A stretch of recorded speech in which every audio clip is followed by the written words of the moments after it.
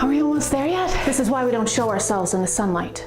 There is so much sun around without having to walk like 8,000 miles. People would know we're different. You literally one-punch manned a moving vehicle. This is what I am. It's like diamonds. Or honey. I mean, diamonds, sure, but I don't know if it looks like. This video is sponsored by Honey. Honey is the #1 shopping tool in America that automatically searches the internet for promo codes and discounts so that you don't have to. Instead, you can spend that time rewatching the Twilight series and reminiscing about when your biggest problem in life was Jacob cutting his hair. Because why did you do that, Stephanie?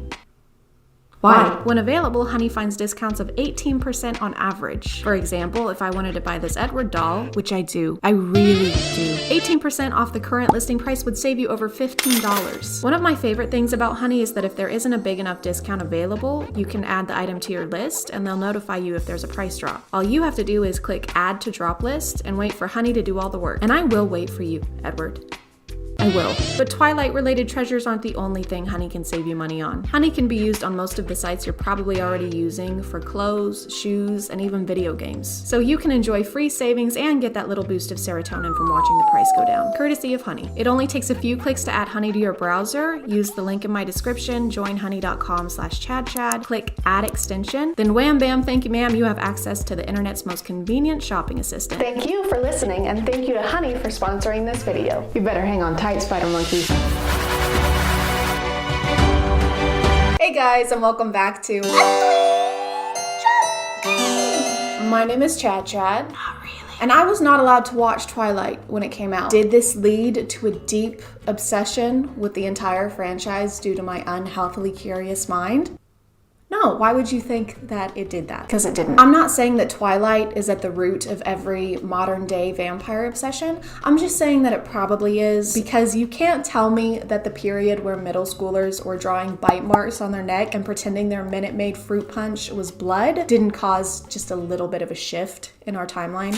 Rule #1 of TikTok vampires: if your girlfriend has injured herself, do not show concern at all. Oh, also smirk. That's not just like vampire TikToks, that's just TikTok in general. Smirk at everything. Girlfriend breaking up with you, failing a class, parents in the hospital.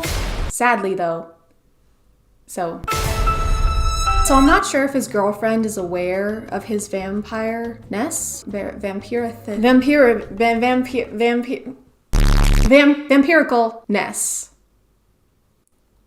Good. I'm glad we did that. If she is, does she want him to kill her? Or because she has to know how this stuff works, right? Hello, my vampire boyfriend who has an animalistic reaction to blood that will probably lead to you killing me. Look at this cut on my stomach. It has blood. I've taken note of the blood on your stomach and you are correct. I will now be killing you. As long as your smirk is the last thing I look upon, I die a contented woman.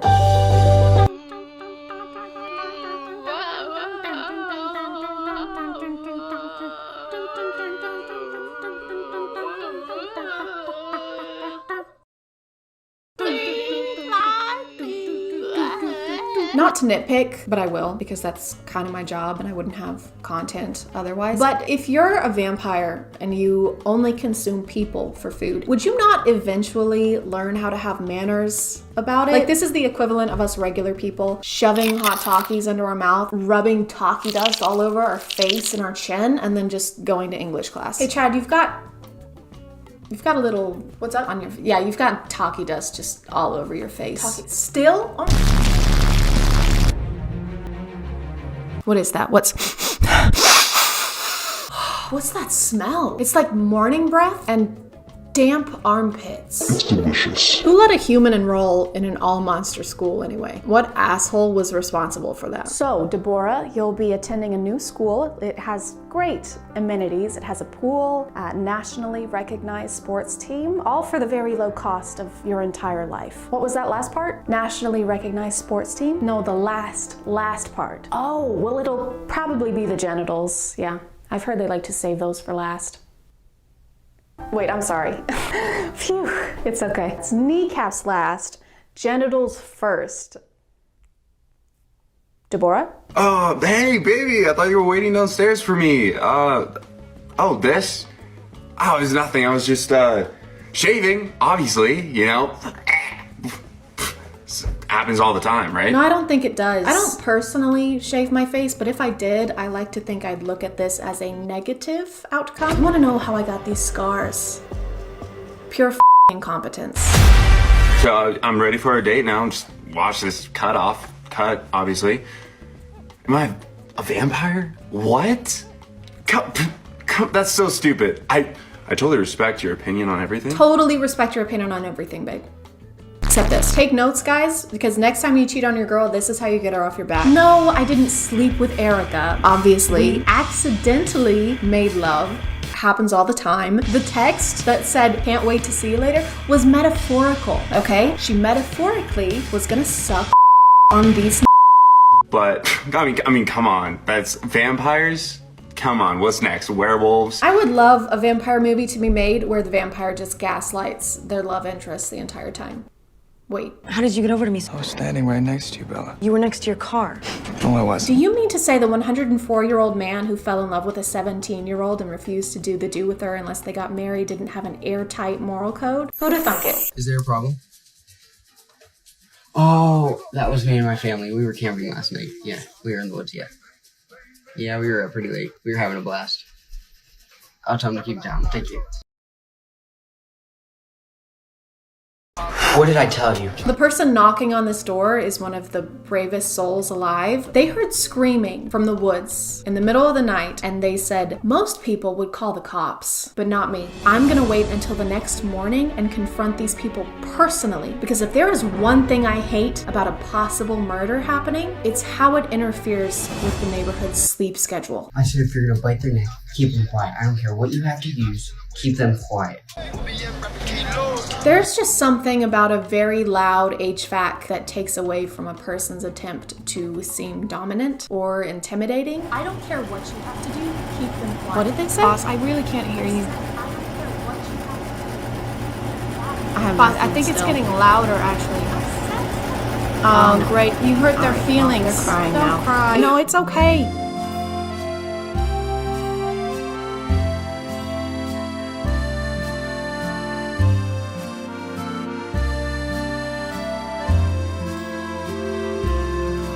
I am begging y'all to never stop putting yourselves in 6 times speed. This is the best thing I've seen in weeks. I will be starting a petition to have all romance movies follow this format. Miss Bennett, Mr. Darcy, I trust your family is in. Quiet, Mr. Darcy, and kiss me, you fool.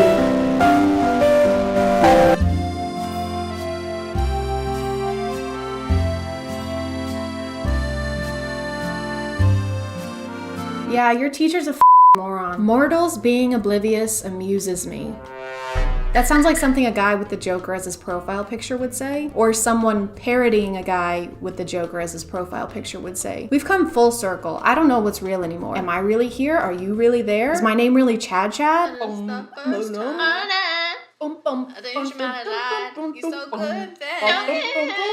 Just don't know why. I love how most of these portray vampires as these sexy, irresistible beings. I mean, of course they do, thanks to Stephanie and the Vampire Diaries. But it's particularly funny to me considering how the folklore of vampires probably started. Like, it was probably just a bunch of people in the olden days desperate for some food and vitamins, so they had to resort to sipping the old human fruit punch. Mule, thou mother is dead. No, yes. Now fetch the salt. Please, let me at least say goodbye. Of course. Merciful God, Agatharius has died. Fetch the garlic. Theseus, thou knowest how deathly allergic I am to garlic. Cast it aside, I never wish to look upon it again. Forgive me, Lord Jacobius. Thy garlic hath killed Sir Meatsback. I decree garlic to be the most dangerous of vegetables. Jedediah Sariah, write that down. Of course, sir. And tell thy children and thy children's children of how evil garlic hath been to us. Immediately, sir. Shall we prepare Meatsback for dinner? How durst thou? His flesh hath been tainted by the garlic. I am the lowest of low, sir. By the garlic. Sir, Bethesmiel's mother and Agatharius. They live. It was just a quick bout of the plague, sir. Nothing we can't handle. Looks like meat's back on the menu, boys. I'm gonna call it there, guys. If you want to follow me on other stuff, that's my Instagram, that's my Twitter. I don't usually plug that stuff, but I'm close to getting 10,000 followers on Instagram, and then I have the feature where I can tell you to swipe up, which would make me feel important. Thank you for subscribing, and if you are still here, thank you so much for watching. I appreciate you clicking on my video out of all the videos that are on here, and I'll see you next time. Okay, bye.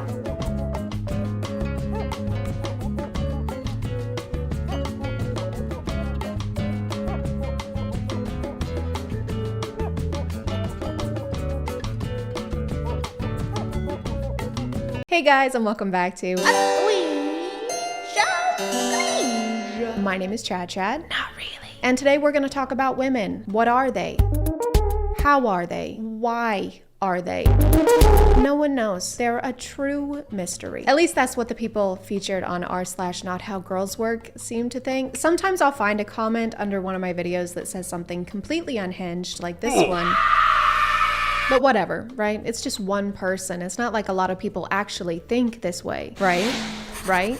Am I right? This is basically just a catalog of people making wild claims and obviously not knowing how women or relationships work. But you know who does know how to make a relationship work? Is Adam and Eve. So what a coincidence that they're the sponsor of today's video. That's crazy. Adam and Eve recently celebrated their 50th anniversary of being America's most trusted source for fun things that you can use for fun times, whether you're having fun by yourself or with someone else. They have 24/7 customer service and 90-day hassle-free returns, plus 20% of their profit goes towards fighting the spread of HIV. You can check them out at adamandeve.com and be sure to use my code CHAD for 50% off of one item, plus you get free shipping in the US and Canada. Thank you to Adam and Eve for sponsoring today, and let's get back to the video. Men, this is why you don't allow women to go away for girls' weekends. It's the same reason I don't park my McLaren in a shit neighborhood for a weekend. Who the is McLaren? She sounds hideous. You are creating the circumstances for bad things to happen. It's called holding frame in the relationship.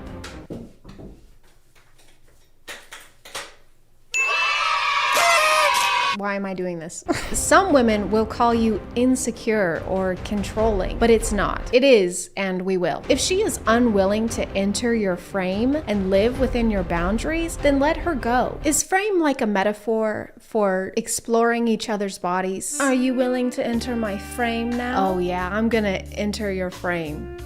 Hard. Okay, come on in. When she comes back, have her stuff on the front porch with the locks changed and replace her with a better woman. Only the unplugged will understand this. Unplugged like as in you don't use the internet? This is a YouTube community post. Did you type this with a rock? Powered by a spinning wheel? Dost thou wipe thine ass with straw? If you don't trust your partner to take a weekend trip and spend some time with friends without you, then don't date. Just go to therapy and buy some toilet paper. You're not yourself when you have mites in your ass. Eat this. My uncle is explaining to me, a final year genetic engineering student, that preferring a boy child is not sexist because boys carry the most important genetic components of the family line, and a girl's genetic code changes when she is married off to another family. So when a woman gets married, the second the officiant announces her wed, her genes start mutating, like that scene from Underdog. Can you imagine explaining genetics to a genetic engineering student? I don't even know what engineers do most of the time because I'm not an engineer, because I'm stupid. But I do know that if someone is an engineering student in a thing, I'm probably not going to try and explain that thing to them. If you're studying aerodynamics and tell me that that just means you know how to shoot a bow really, really well, I will believe you. For every new that enters her, she ages 6 months more, meaning the more that enter her, the more older she gets. That explains why some females in their early 20s don't even look their age. They look like they're in their late 20s to early 30s. Women in their 20s? Women in their late 20s? There's no way that this person actually exists with these thoughts in their head. This sounds like something that people would have said during the Salem witch trials. For every new dick that doth enter a woman, she gains a new evil power. Jedediah, is this because I called you short? She must face trial. Again, I will now light you on fire. If you catch flame, you're guilty. What if I don't catch flame? Then that is an evil power and you're guilty. That seems fair.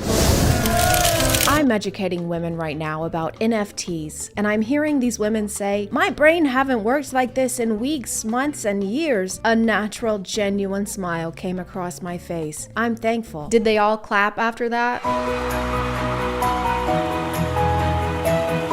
A natural, genuine smile came across my face. Why? They just told you that their brain hasn't worked in years. You need to call them an ambulance. He says women plural, so was this like a conference where he did this? Like a congregation of women? Has your brain not worked for weeks, months, or even years because you're just a silly woman? Come to my invite-only conference, NFTs for Dummies. I mean women. We take the woe out of woman. It's not ridiculous. Women are meant to be mothers naturally. It's a nature thing. Animals reproduce always, unless humans intervene. Do you never hear a cat say, "No, not me. I'm going to be a mouse chaser. Can't have kittens." Animals also eat their own shit, though. Unless you're living in a lean-to in sub-zero temperatures with pine needle flip-flops, I don't think it's a nature thing really applies. If a woman has a perfectly healthy vagina, she will need and desire to be a mother at one point in her life unless she has been brainwashed to think and feel otherwise. Me. So in this analogy, when the cat says that she doesn't want to have kittens, she wants to chase mice, that's a bad thing. So do you think that only male cats should chase mice? In your ideal world, the male cat wakes up at the crack of dawn, grabs his briefcase, kisses the wife goodbye. She stays home and gives birth to a new litter every day with her perfectly healthy vagina. So basically you think the world should function like if the Cats musical met The Handmaid's Tale.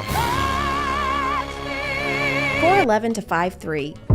5'4 to 5'8". Spoiled brat. 5'9 to 5'11". 6 foot and up, a man. What height can we be then? You just listed like all the heights. If you're a woman, you're not allowed to have a height. No measuring your length in any way. It's best actually if your height is 0. Just don't exist. Problem solved. If a woman dumps you, there's only one thing that you can do.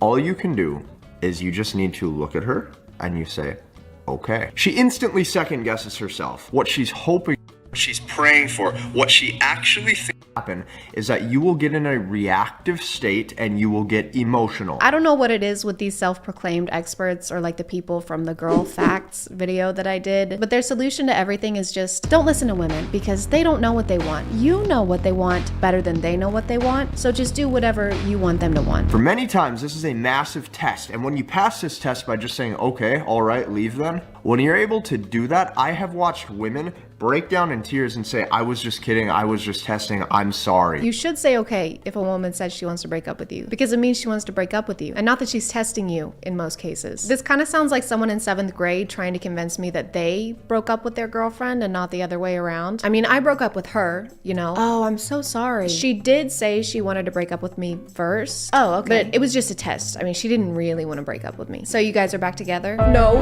When you're able to just look a woman dead in the eyes and you just say the words, okay, this shows massive strength. This shows massive strength. It's just saying okay, because not a lot of people can actually say that. It's a rare thing. Someone help! There's a massive monster about to crush the Empire State Building again. Okay. Oh, thank God. You saved us again, okay, man. Okay. No woman has ever broken up with you. Okay. I love you. I love you. You are a I love you. I love you. I love you. Bitch. Theory confirmed. No matter how many times you say I love you to a woman, she will always see the bad things. Wow, this is incredibly profound. I like how they say theory confirmed, like they had developed a hypothesis before they started this conversation. Or was this a cover-up, like she made them mad and this was supposed to be a discreet way of getting back at her? I love you? Oh, you're the love of my life? You complete me? I fucking hate you, and I want to spend eternity by your side. Excuse me? See, this is why I never say nice things to you. There's a lot of science jargon here, which is strange because most of these people seem like they've never cracked a book. I think it's because they don't have any personal experience with these things, so they try to convince everyone they know what they're talking about by using really complicated words. So as opposed to saying something like women are sluts, they plug it into thesaurus.com. Not to pontificate, but the female gender and their promiscuous habits are irregardlessly taking away from their pulchritudinous appeal. This ubiquitous cacophony must be supercalifragilisticexpialidocious. Men, women are always evaluating your masculinity like a radar sending waves. They are observing you, even from a distance, as to what kind of man you are. Play along to your advantage. This one's actually true. Women are all beluga whales and use echolocation to find mates. This one's masculinity is mid.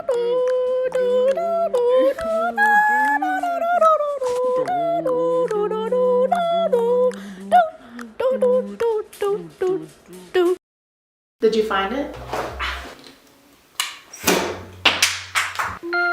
Guess who thinks it isn't necessary to wear a mask during a worldwide pandemic? This bitch don't. You might be thinking, whoa, whoa, whoa, whoa, whoa, whoa, whoa, whoa. These could be pre-recorded. Or she could live somewhere that's not the US of A that actually tried to contain coronavirus. And you'd be wrong. And you'd be wrong. And you'd be wrong. Neither. This store has Valentine's decorations out on the aisles, so they weren't pre-recorded. And I looked it up and she was born in Florida. I wanted to make sure she still lived in Florida, so I did some expert sleuthing to find the gym that she goes to. Found it was in Florida. Then turns out I didn't even need to do any of that fucking sleuthing because she literally just says she lives in Florida. I live in the Sunshine State. I live in Florida. In a Q&A video that I found later.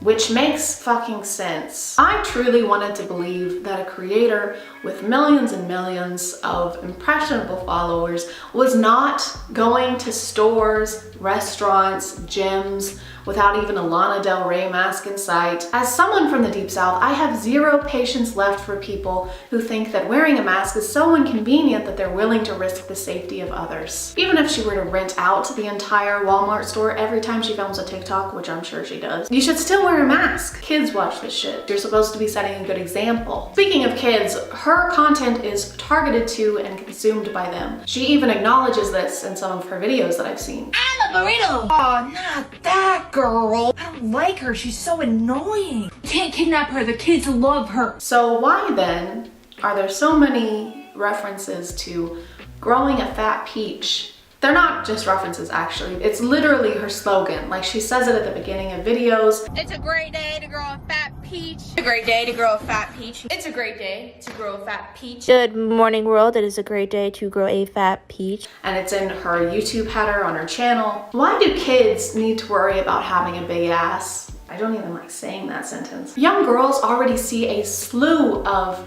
abs, poreless faces, and Photoshop bodies on a daily basis. They don't need their favorite influencer telling them to start working on their Kim K ass at the age of 11. And don't try and tell me they aren't kids. I've read the comments. Also, wear a mask to the gym, okay? Why do you like being outside so much? You see, sweetie, there was once a time where being outside was illegal, so, you know, count your blessings. Where is it illegal for you to go outside? You're literally outside right now. You do not get to complain. Some of us haven't left our houses and haven't done a single fun thing in almost a year. You've been going to Walmart and IHOP every single day without a fucking mask. Someone's grandma is dead, but at least you got your funfetti pancakes, am I right? This. Ooh, yeah. Stop messing with those chairs. There's coronavirus. You have no idea who's touching them. There is no way that she just ran into the fucking point like that. Yes, there's coronavirus. You dumbass. Ugh! I don't even have a joke for this. Oh, this is so pretty. I gotta touch it. Touchy touch, touchy touch. Mom, can we get this? It's so soft. Stop! Put it down. We're not getting it. Let's go. Dang it. I think I got a boogie. Ooh. Stop! Don't pick your nose in public. That's embarrassing. Okay. Oh, that looks so shiny. I gotta touch it. Stop! There is literally an elderly woman in the background wearing a mask while you rub your face on that seat, shove your fingers up your nose, and then wipe your hands across those glasses that are on display without a mask. Hello, and welcome to a new segment. Let's call this one Amy Woe doing things that would be considered unhygienic, even if there were not an ongoing pandemic.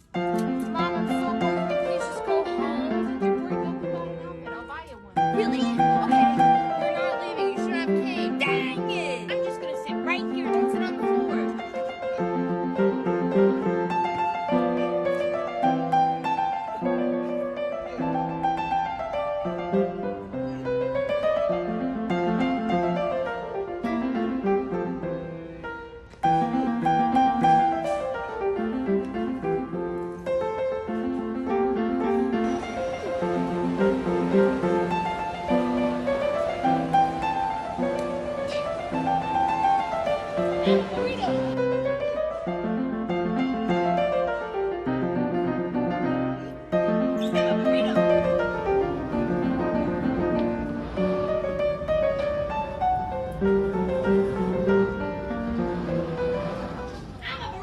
You're disgusting, and I don't feel bad for anything I've said in this video. How you make the best content. Every day I wake up, I do not know what I'm gonna create. I don't. I really thrive on living in the moment. Oh, believe me, no one would suspect your manners to be rehearsed. This whole spiel she's on is like a Kanye West tweet. People ask me all the time, Amy, how do you even come up with these ideas? Like, how do you even come up with your videos? Bruh, I have no idea anything. People ask me all the time how I come up with my ideas, my brilliant ideas, and I just say to them, you know, bruh, I have no idea anything.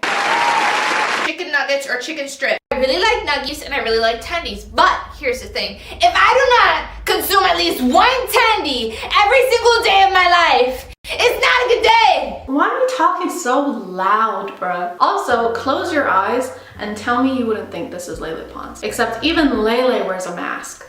You know you're doing something wrong when I can compare you to Lele Pons and you come out the runner-up. I was gonna try and make this video a little longer than my other ones, but I honestly can't stomach watching any more of this trash. I'm sorry if this video became less about cringe and more about, oh wow, this person is legitimately a piece of shit. But yeah, I wish this person didn't have over 11 million followers on their platform of mostly kids, so they never get called out for anything. If you are still here, thank you so much for watching. I appreciate you clicking on my video out of all the videos that are on here, and I will see you next time. Okay, bye.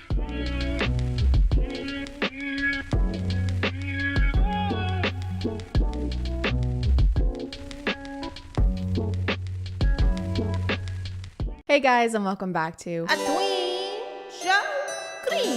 My name is ChadChad. Not really. And teachers have been up to some stuff recently. Some have been up to some really bad stuff, and then others have just been up to some stuff that's making people angry on TikTok. Hey, could you please put your phone away? I've already asked you once. Not that that's necessarily a difficult thing to do. I've never had a teacher. Technically, I've never been into a school other than college. It's because I was so brilliant and smart and incredible that I didn't have to. I just popped out of the womb and went straight to college. I wasn't homeschooled. Just remember that I have no experience with having a high school teacher other than my mom, and that was a lot of fun because if I ever pissed my teacher off, the passive aggressiveness didn't stop after the bell rang. I didn't have homework, but if I failed a math test, I wouldn't get to stay on the health insurance plan, so.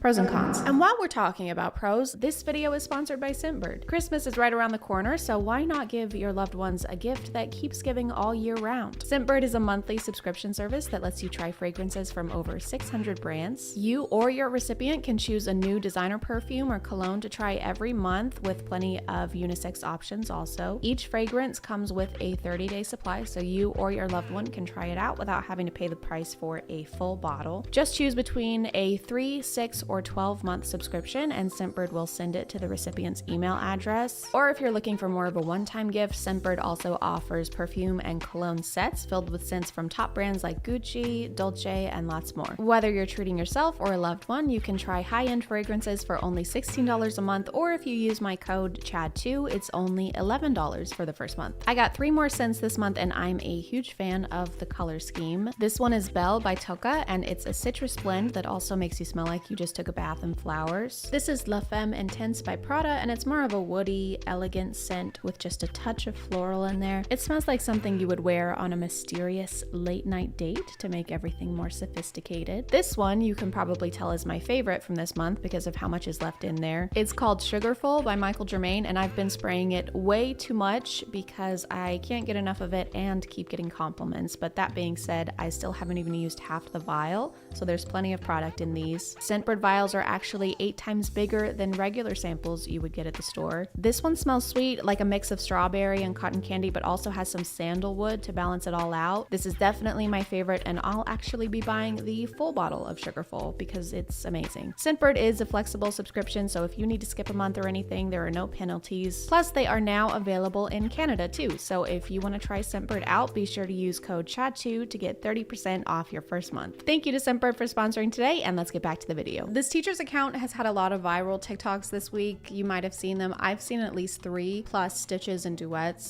off. A lot of which were mostly not positive. Most of her videos that I've seen are in this format where she's like, this is how I would react if a student did XYZ. Pretty cut and dry, right? You might be thinking there's no way that this could go wrong, to the point that this teacher is having to turn off her comment sections and post multiple response videos. And if you are thinking that, no, you're wrong. Hey, could you please stop drawing on the desk?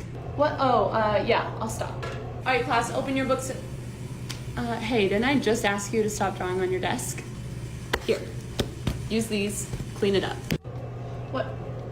Fine. So the student won't stop drawing on the desk and she's annoyed by it, which makes sense. I mean, schools usually want to keep their property clean, I would assume, but the comments seem to have a different opinion. It comes off, just let them draw. Or let them draw, then have them clean it after. There are a lot of people saying that this is ridiculous and she should leave them alone because drawing on the desk helps with anxiety. I guess I could maybe see both sides to this. On the one hand, if it's just like an absent-minded scribble, if it's a pencil you're using and it comes off using these wipes, it doesn't seem like that big a deal. Unless what you're drawing isn't school appropriate. What are you drawing, Johnny? This? Oh, it's actually a massive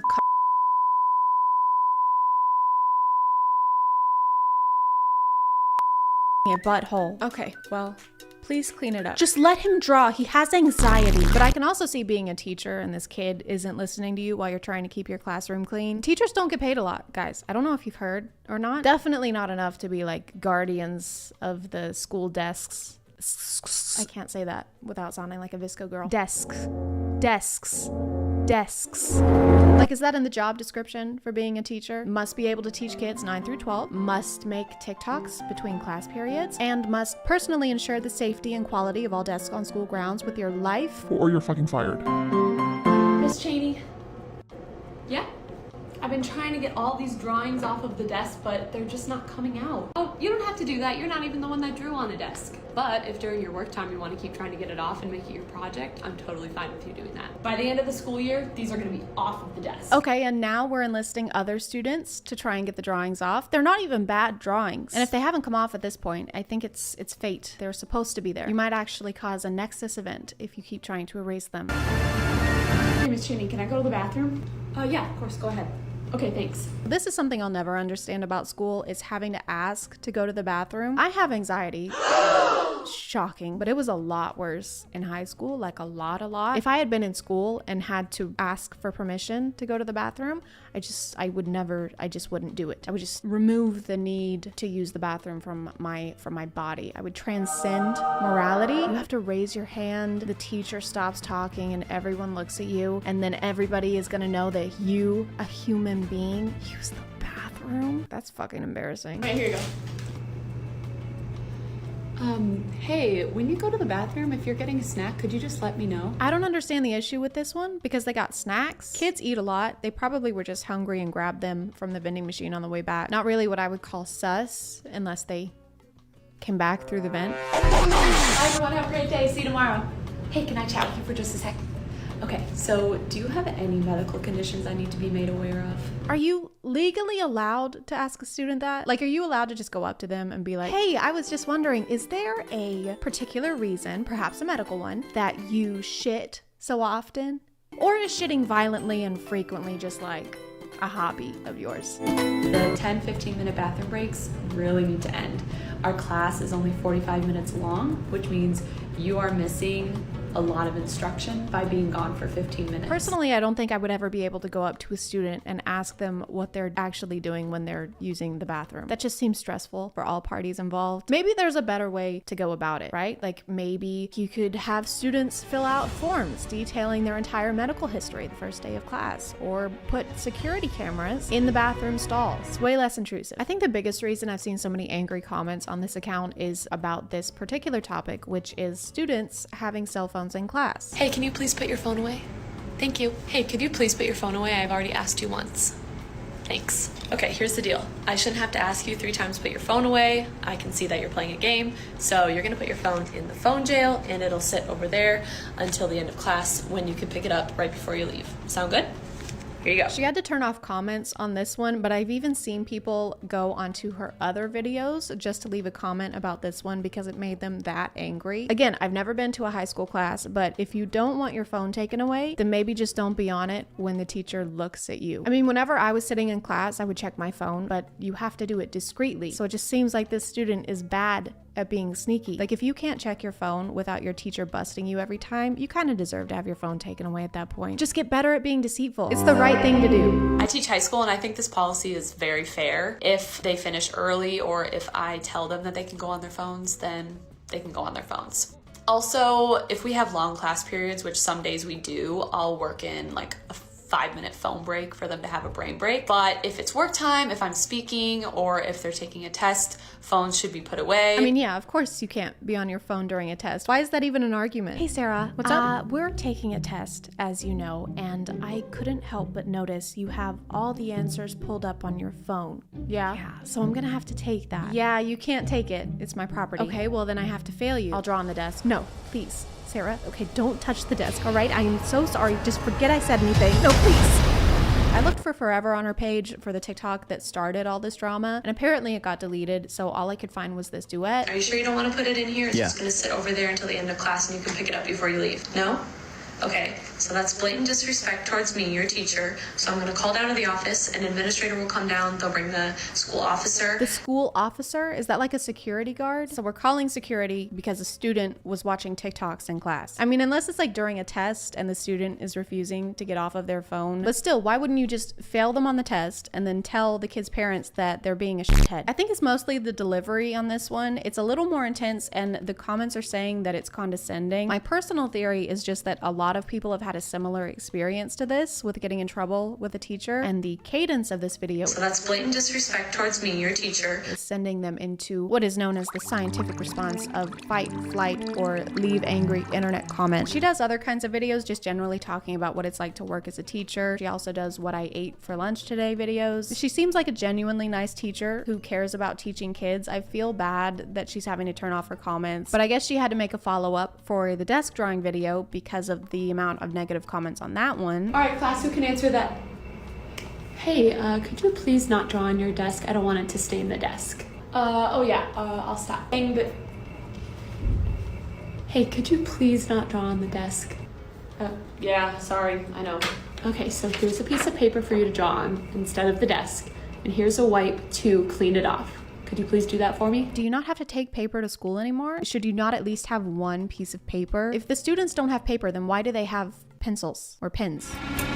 Doesn't add up. To combat the desk drawing, she might have to start collecting pens and pencils like she does cell phones before class. Hey, Sarah. Oh, hey, Teach. I couldn't help but notice that you've been using your pencil a lot during class, the pencil. So I'm just gonna have to ask that you put it in the pencil jail. No, put it in here. Okay. It's just gonna sit over there until the end of class. It'll be waiting for you. I think I'm good. Okay, so that's blatant disrespect towards me, your teacher. I'm gonna have to contact the FBI and saw off 2 of your limbs with this rusty machete.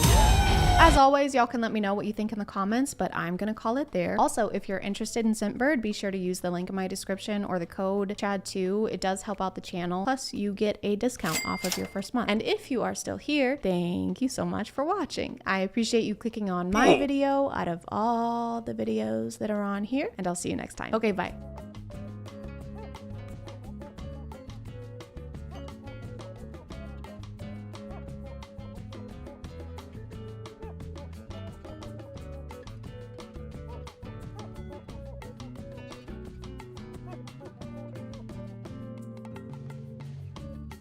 Hey guys, and welcome back to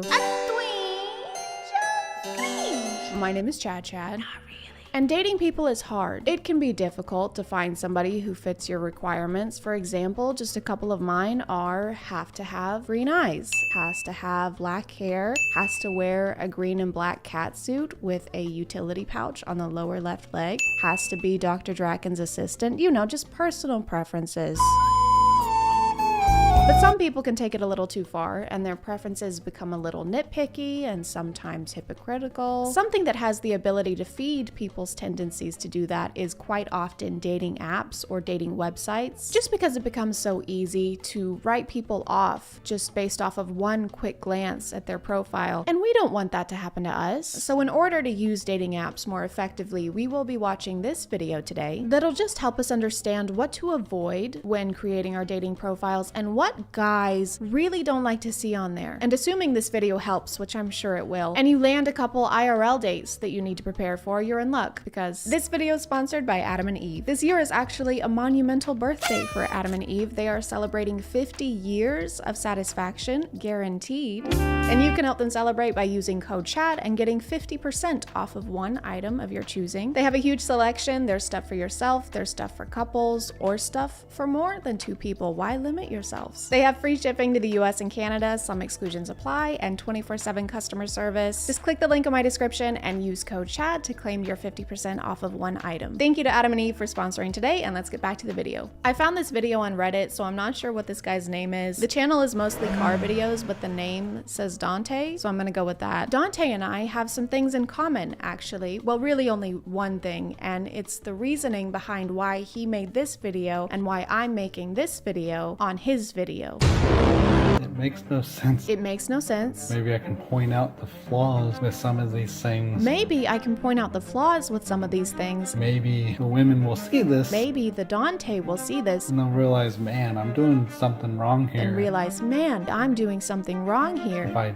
change this or maybe change the way I think, they'll realize, oh, here's how to get a good guy. If I change these or change the way I think, they'll realize, here's how you get a good girlfriend. The one I'm reading right now, they're looking for a partner in crime.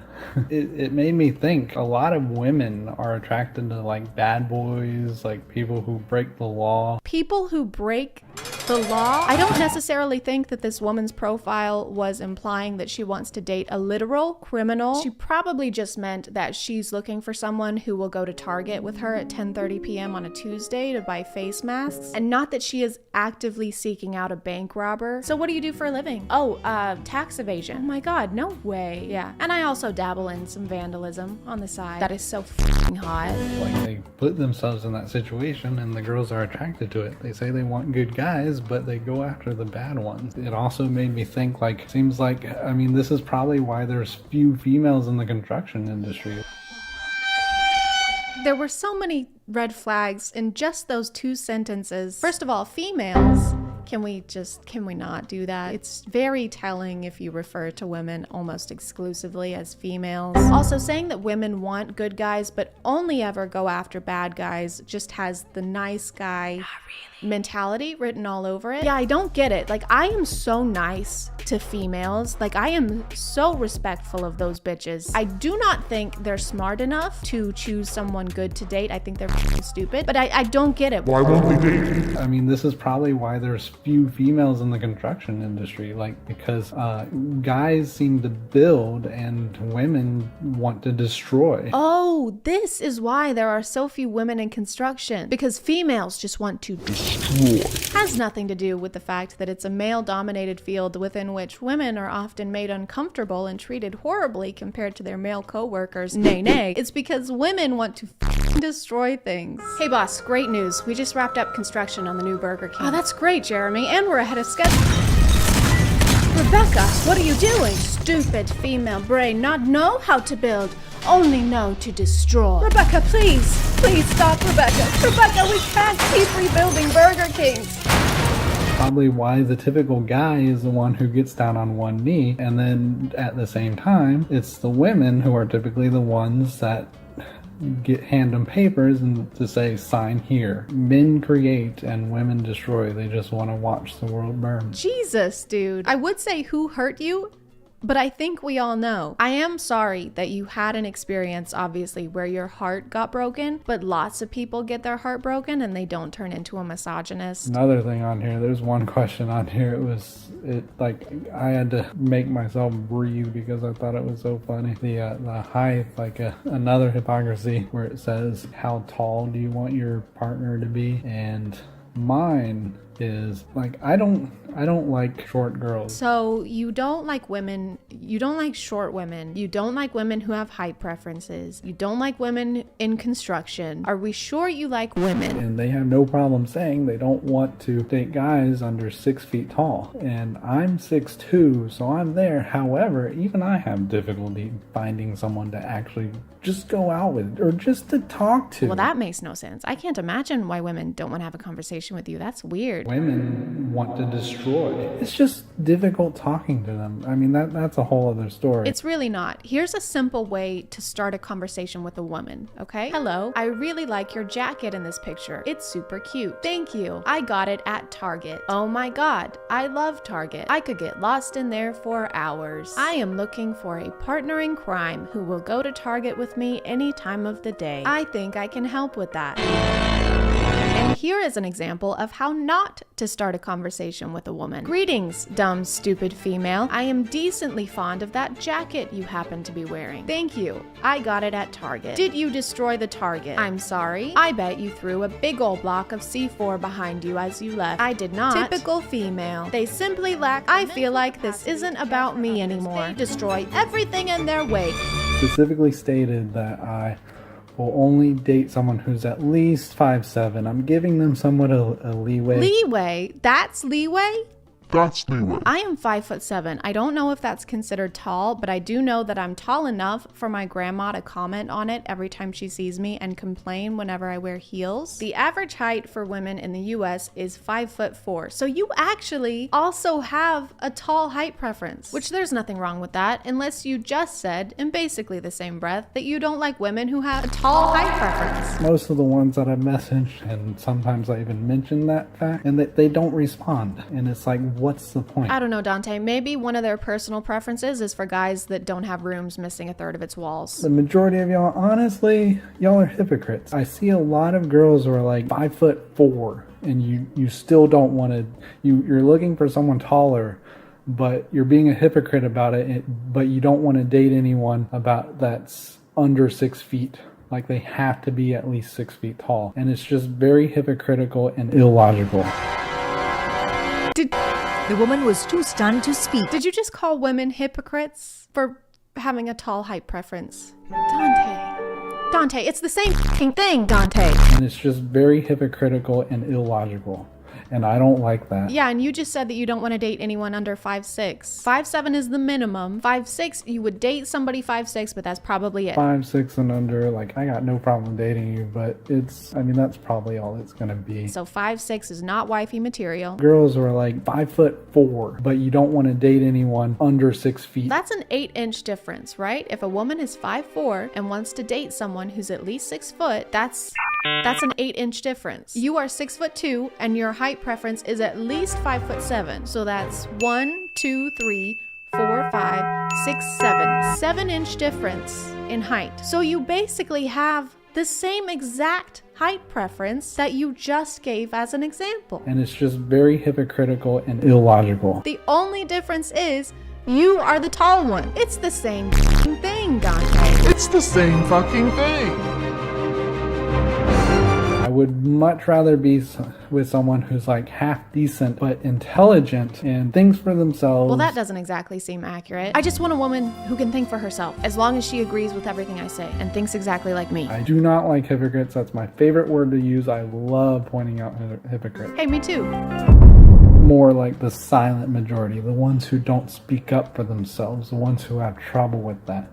So that's kind of like why I'm starting these videos. Oh yes, thank you so much for speaking up on behalf of 6'2" men who don't want to date women that are shorter than 5'7", who think women are assholes, who don't know how to think for themselves and want to destroy the world. Those kinds of people really have trouble making their voices heard. I don't like that. Okay, so that's the end of this video. It is now time to take what we've learned and use it to create the ultimate dating profile to maximize our chances of finding the perfect man. Hello, my name is ChadChad, but not really. And I am seeking a partner who is any height. I have absolutely no preference whatsoever. I am 6'1" and currently work in construction. It was very difficult to teach myself not to go Wreck-It Ralph on every building within a 5-mile radius. But with some perseverance and thinking for myself, I persevered perseveringly. I am extremely intelligent, but not too intelligent. I am logical, and I do not condone crime in any way, and am looking for a partner in strictly legal activities. If I am what you're looking for, please send me correspondence via carrier pigeon, because apparently some of us still reside in the 17th century. Yours, hopefully, ChadChad. I'm gonna call it there, guys. Thank you for subscribing, and if you are still here, thank you so much for watching. I appreciate you clicking on my video out of all the videos that are on here, and I'll see you next time. Okay, bye.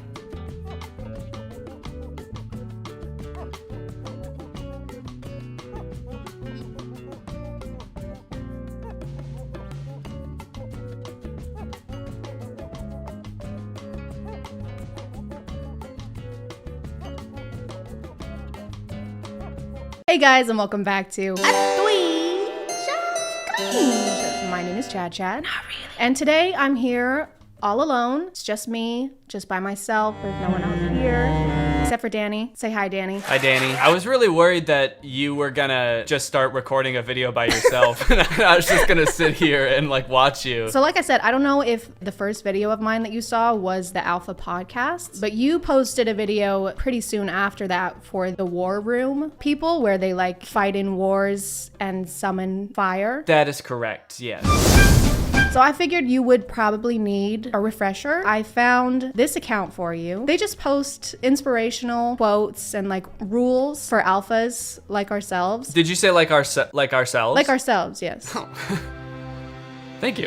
It's gonna sound silly, it might be hard to believe, but nobody's ever called me an alpha male before. I'm more of the alpha than you. Okay. Here's where my alpha is, and then here's where your alpha level is. That's why we need to watch these. You might get on the same level as me. I doubt it. Hey, do you want to stop being a beta that listens to beta music with beta earbuds? Then you can with today's sponsor, Raycon. Raycon offers comfortable, affordable earbuds that start at half the price of other premium brands without sacrificing the audio quality. I have their newest and best model yet, the Everyday Earbuds, with customized gel tips so that they won't budge, no matter how many strenuous Sigma activities you're doing. Their compact carrying case, which comes in a range of fun colors, can charge your earbuds 4 times on a single charge and give you a total battery life of 32 hours. With over 48,000 5-star reviews, the Everyday Earbuds now have more bass and 8 hours of playtime that'll let you spend less time charging and more time putting the betas in their place. If you want to check them out, you can click the link in my description or go to buyraycon.com/ChadChad for 15% off of your purchase. Thank you to Raycon for sponsoring today, and let's get back to the video. Can a woman help you become a millionaire? Yes, only if you are a billionaire. I like that this was tweeted on Twitter for iPad. He was just like on his stomach with his feet swinging behind him. Can a woman make you money? The answer is no. Money and girlfriend do not go together. Either you make money or make a girlfriend. Either you make money or you go outside with a shovel, you dig up some dirt and just kind of sculpt it into a female. Just like all night, just bent over the bench with the air dry clay and like the Play-Doh toys where you squeeze it through the top. Just like the hair comes through the holes. Ah, she's beautiful. Listen close, baby girl. I may look like a gentleman, but you don't want to see the beast that lives inside me. I like to think that they have shoot days for these, like dedicated shoot days, and they bring multiple outfit changes, situate their glasses. Listen close, baby girl. I may look like a gentleman, but you don't want to see the beast that lives inside me. A well-dressed man is always better than a shirtless man. And then there's a man becoming shirtless in the background. And that's why I don't take off my shirt during sex. I don't take off my clothes when I shower. Wear my jorts, and my jandals. And my jen glasses. Why is he standing like that? His posture is like... This is filmed on the iPad. It's gotta like, that's right. The iPad is like falling, so he's like falling with it. So this is the guy that you don't be like this guy. This is the bad alpha. Bad alpha. No iPad for a week. Back in your cave. I failed to maintain a relationship because I don't know the art of lying. Lying. Lying. I think he should have just tweeted the first line of this tweet. I failed to maintain a relationship. Hey guys, just failed to maintain another relationship. Hey, what's up? My standards. Bye. I was hoping that he was gonna speed up at the end, because that would make more sense. My standards, bye. What? How did you get so fast? You must have bought a lot of crypto. You can flirt with my women.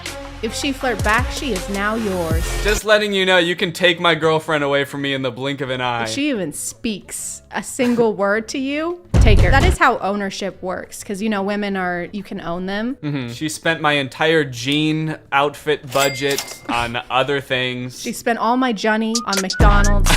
Girl, you are like a coin. Aw, valuable? Nope. Two-Faced. The only time you're allowed to speak to your girlfriend is if you're gonna use some weird, like, pun joke to demean her. I'm gonna need you to film B-roll for all of these. Yeah, do you want me to do this one right now? Do you have a briefcase? Girl, you are like a coin. Aw, valuable? Nope. Two-Faced. Oh, you wanna divorce me? Okay. Your house will stop being paid of. Your car will get repoed and your credit cards will start getting declined. And so your only option at this point is to develop Stockholm Syndrome. Oh, you want to divorce me? That's not an option, babe. Because you're gonna die. He like needs to make a mold of you before you're legally allowed to leave so he can recreate you. Yeah, wait, at least give me time to make another girlfriend. Let me scan you with my iPad. Oh, so you want the nice guy now because he became successful? Sorry, honey, but you rejected him a long time ago. Are we meant to believe that the person tweeting this considers himself a nice guy? We are, yeah. I don't think that it's very alpha to refer to yourself as a nice guy. So I think that this might be an imposter. We should be wary. Who stole the alpha male's iPad? Emergency meeting. Who the fuck stole my iPad? Give it back. Going to a for love is like going to a library for workout. Why does he speed off in the background? Like, watch how he speeds off. I gotta go. I gotta take a shit. And I'm leaving. What are all these videos of guys just like looking into the camera and like buttoning one button of a tuxedo jacket? Nothing says like, I don't care about other people's validation quite like posting videos like this on social media. Do you guys like this outfit? Do you like this jert? My Joe tie? My Jotch. Jotch? Watch. Jean watch. I was thinking Jean crotch. My genus. My genitalia. My genitalia. Oh, this dude's got a Jean dick. Am I in a relationship? Nope. I'm single as a dollar and not looking for change. Whoa. Oh my God. Okay, do that one. Yeah, I can do that. Yeah, do that one. Make sure you get the push-up where all of their limbs stop touching the ground at the same time. I'll do that. So go ahead and read what you were reading. Am I in a relationship? Nope. I'm single as a dollar and not looking for change. I put my whole juicy in that one. I think I'm actually a little bit more alpha than when we started. That leveled you up at least 3 alpha levels. So go ahead and pat yourself on the jack. We should love, not fall in love. Because everything that falls get broken. Kind of like how you broke all of your ribs. What do you mean? I'm fine. The second half of this video is just me calling you an ambulance. Yeah. I'm just gonna put you edited into an ambulance in the thumbnail. Take like a screen grab of me like in midair doing that. In midair.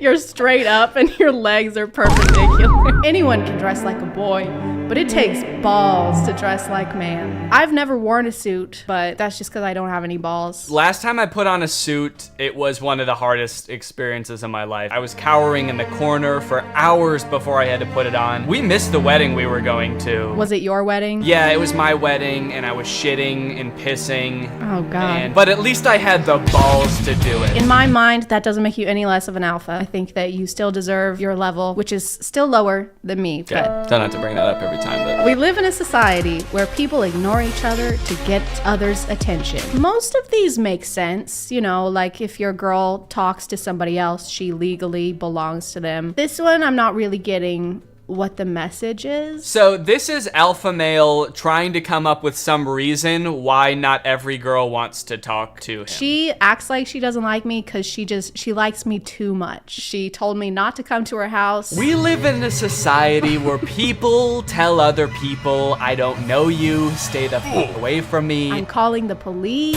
Why did you kill my dog? Sometimes even the devil on my shoulder asks, What the f are you doing? Where the f are we? Yeah. Why are you wearing that makeup? What the hell is going on? Did we just kill some people? Like, oh my god. Women always says, the divorce was not my fault. Are you specifically talking about the women that have divorced you? Because in that case, I think I'd agree with them. He's been divorced 18 times. Yeah. They always say, all these women, they're like, oh, it wasn't my fault. And all I did was work 24/7 and I never talked to them. How could it be my fault? I've never spoken to her. The most dangerous creation of any society is the man who has nothing to lose. I don't know, this is starting to sound less fun to me, being an alpha. I don't know if I want to reach peak. Yeah, I'm starting to feel honestly threatened. There was like the one about like, you do not want to know the beast inside me and be careful when I get quiet. And now he's like, hey, just, you know, I'm the most dangerous person in existence. What wisdom would we instill to the public as far as reaching our level of alpha? All right, picture this.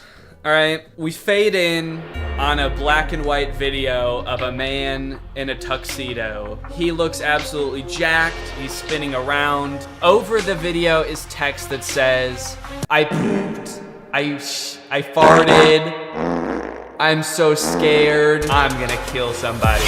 If you're here, you definitely know who Danny is, but go watch his channel, go watch his second channel, go watch his gaming channel, go watch his Jorts channel. If you want to go ahead and send me money, that would be cool too. I'll put Danny's Cash App somewhere on the screen, so send Danny money for the ambulance so that he can fix his arms. And in the meantime, thank you so much for watching. I appreciate you clicking on my video out of all the videos that are on here, and I'll see you next time. Bye.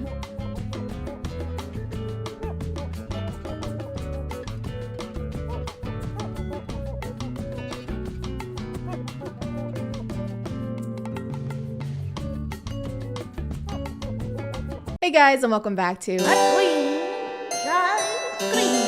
My name is ChadChad. Not really. And today we're gonna have a party.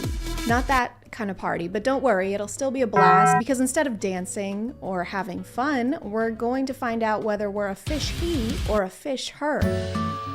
Gender reveal parties were birthed in 2008 by a blogger who decided to cut into her cake and let the color of frosting reveal her baby's gender. Little did she know she was starting a new custom involving family and celebration and wildfires. But before we start to babble about these TikToks, let's take a moment to babble about today's sponsor. This video is sponsored by Babbel, the language learning platform with over 10 million subscriptions worldwide. My mom and grandma speak Spanish, and sometimes they say super sweet things to me, like cállate and eres una decepción. You are a disappointment. So I decided it's time to freshen up my own Spanish and join the conversation. Babbel uses award-winning technology to make learning fun while teaching you how to speak a new language in as little as 3 weeks. If normal lessons aren't for you, Babbel offers engaging 10-minute lessons, games, videos, and even podcasts. They really want to avoid the monotony of teaching boring vocab words, so they teach real-world practical conversations that would be used while traveling, working, or even in everyday relationships. Triste.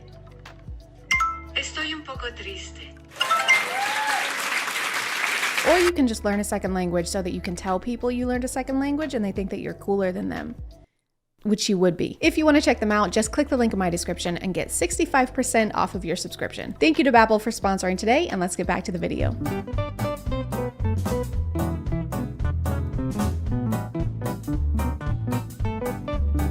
This is actually the TikTok that inspired me to make this video. It went so viral that literal news outlets started writing about it. I mean, it's just her first thought is to go hug him, and then all of the boys basically body slam her. But they do eventually include her. Like this guy towards the end hands her a phone, like she's a stranger at Disney World. Hey, you don't look busy. Can you take a picture of us? We just found out he's having a baby boy. I know, I'm the mom. I'm the pregnant one. Oh, no way. Wow, it is so nice to meet you. We've met before. Anyway, just make sure it's in portrait mode. Unfortunately, this is not an isolated incident because I found another gender reveal party where the same exact thing happens.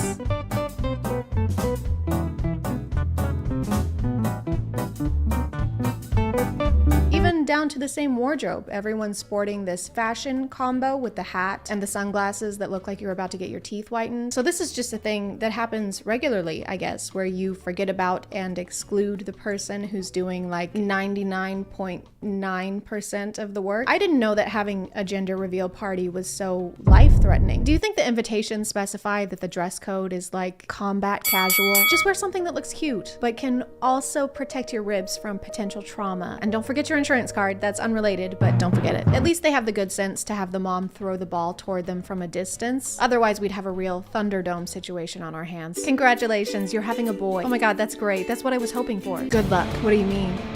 Wait, no, what? Is that a whole baseball team? But it's apparently pretty common to ignore the mother of your child at these things and just sprint in the opposite direction. The gender will get revealed and the dad just starts running off on his own little side quest.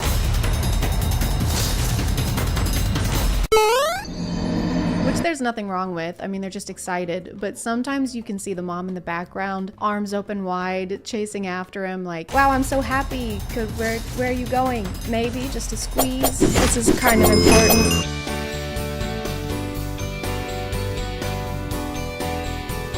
Will the baby have pink blood, or will they be a CBS show starring Tom Selleck? I'm not gonna pretend like this isn't a really creative way of doing this. It doesn't have the potential to cause physical injury to anyone or poison any aquatic life, which I can't say about all of these gender reveal parties. Like in this one, we're using a knife. We are using a knife to pop the balloon and pointing it towards the father in the general vicinity of the human that bleeds. And the baby is crying, obviously, because it just witnessed attempted manslaughter. Or you could try and poison all of your loved ones with toxic fumes, huh? Wouldn't that be a gas? Oh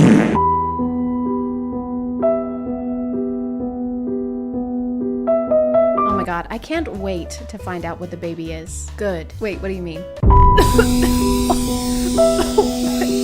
What the fuck?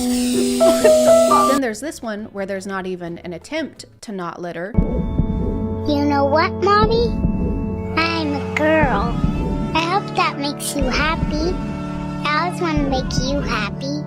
I think it was planned, actually. They seem to have gone out of their way to ensure that plastic would end up in the river. What if instead of doing this on the grass, where we would have to pick up after ourselves, like peasants, we put it directly in the water, then we don't have to pick it up, and the world ends a little bit faster. It's a win-win. I'm gonna be a parent. Another popular theme is to use as much water as you can and then put it on a plane. As far as I can tell, it seems to be some kind of competition to see how much water you can waste, and you have to log in how many gallons you used each time you have a gender reveal party. And if you win, they show up to your house with a big check and balloons, which you will throw in the ocean, we hope. Or if you're feeling bored, you can simulate a tsunami just to feel something.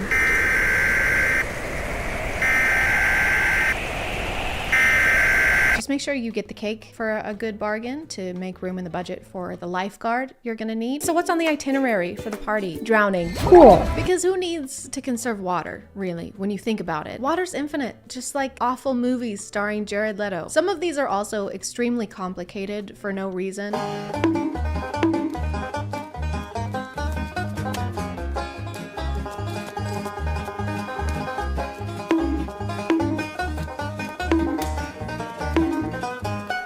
It's like the more steps involved in the reveal, the more gender you get, I guess, just in case you want an extra scoop of gender with your gender. Okay, so you're gonna open that box, and then you're gonna pop each of those balloons individually with a spoon, and then when the balloons, they have legs, start running at 30 miles per hour, which doesn't sound that fast, but Usain Bolt can only do 27.3, and then you're gonna can you just tell me what genitals my kid is gonna have? Or you have others where you build a wall just to demolish it, like an episode of Extreme Makeover in reverse. I know this is probably the dad, but I like to think it's a service you can purchase. Like you can hire a guy on Craigslist just for this purpose. He has to email you a resume detailing his experience in breaking walls. From 2009 to 2012, I personally mediated and oversaw a team of 1 just myself, having some pretty bad anger issues. Then 2012 to the present, I have been working as an understudy for the Kool-Aid Man. I guess this one isn't really a problem as long as we don't let him volunteer for Habitat for Humanity. You made me a house? Yes, I did. Thank you so much. This means a lot to me. You're so welcome. Why are you putting on a helmet? I'm sorry. My wife's pregnant. What does that have to do with Cannonball? For this next portion, I want to do a comparative study. I'm not going to say anything. I'm just going to show you 2 videos with 2 different outcomes and 2 different reactions and see if you can pick up on the slight difference in response. Are you ready? Put on your science goggles or you might miss it.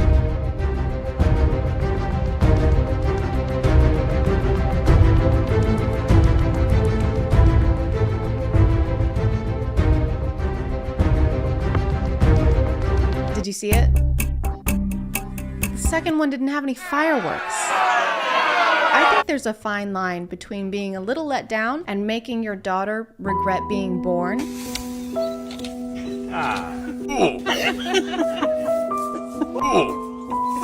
Okay, the second and third time, did you really need to go on that long in front of your other children who are girls? I can't believe we have 3 daughters.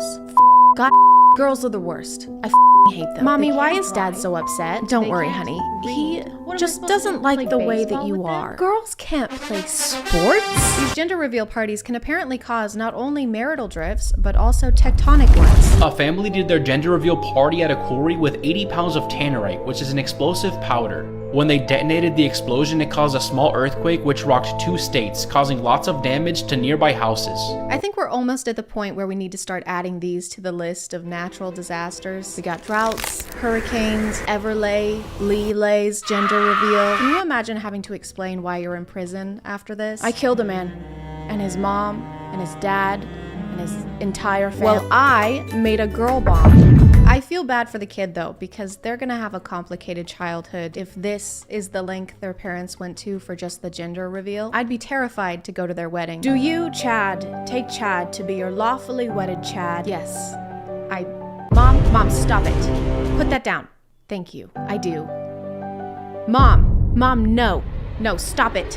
Put that down. Stop.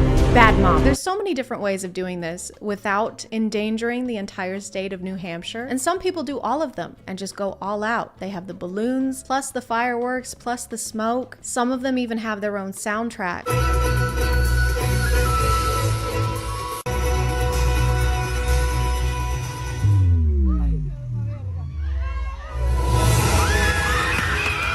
And I honestly admire the setup. It's exciting. I feel like we're watching a movie and approaching the climax. After years of fighting and struggling and breaking walls, we've sacrificed much. Too much, but no more. Because today, everything we've worked for has paid off. And it's finally time to pop the balloon. Everyone do a countdown. 3, 2, 1. Oh my God, it's a pollution. Oh, wow. I had a hunch. I just knew it. I had a feeling. I'm gonna call it there, guys. Thank you for subscribing. And if you are still here, thank you so much for watching. I appreciate you clicking on my video out of all the videos that are on here. And I'll see you next time. Okay, bye.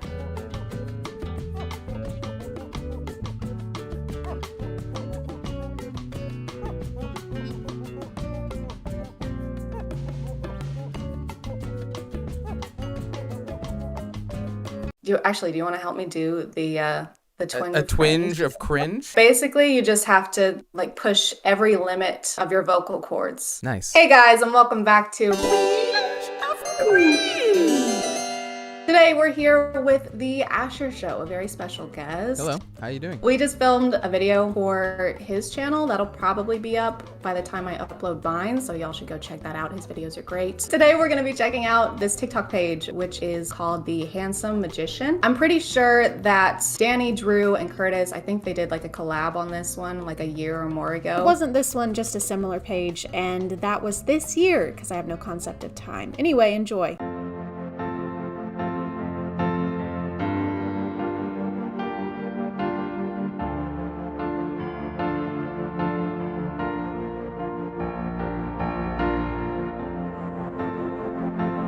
Excuse Excuse me? He broke into her house. She's loaded. She's got gold bars and cash stacks upstairs. Who is she, Jeff Bezos' ex-wife? Why is she so rich? No, I think it's because of that body she's got in the attic. It was probably a contract or something. The Handsome Magician. That's the name of this channel? Yeah, the Handsome Magician. So who's the magician? I think he is. I think he's the creator. He's the common denominator in these videos. But his PFP is Mark Zuckerberg. Of course, as it should be.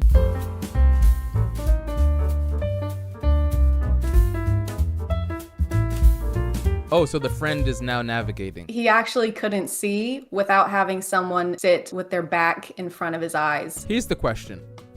Is that him twice? Or did he get a friend to help him do this bit? Crippling debt. Your friends, did you know that your friends can actually keep you from going into crippling debt? Yeah, my friends always tell me that, like, Asha, pay your bills. Yes! This one. Yeah, I sent you this one. Sorry, too small. Is the baseball here for scale? I thought the baseball was supposed to be showing the shape. I don't like the shape of you. Yeah, there's a round baseball body on the shaming. back.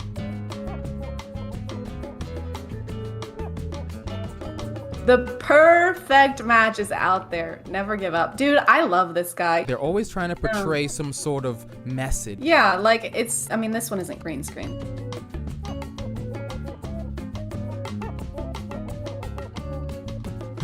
Okay.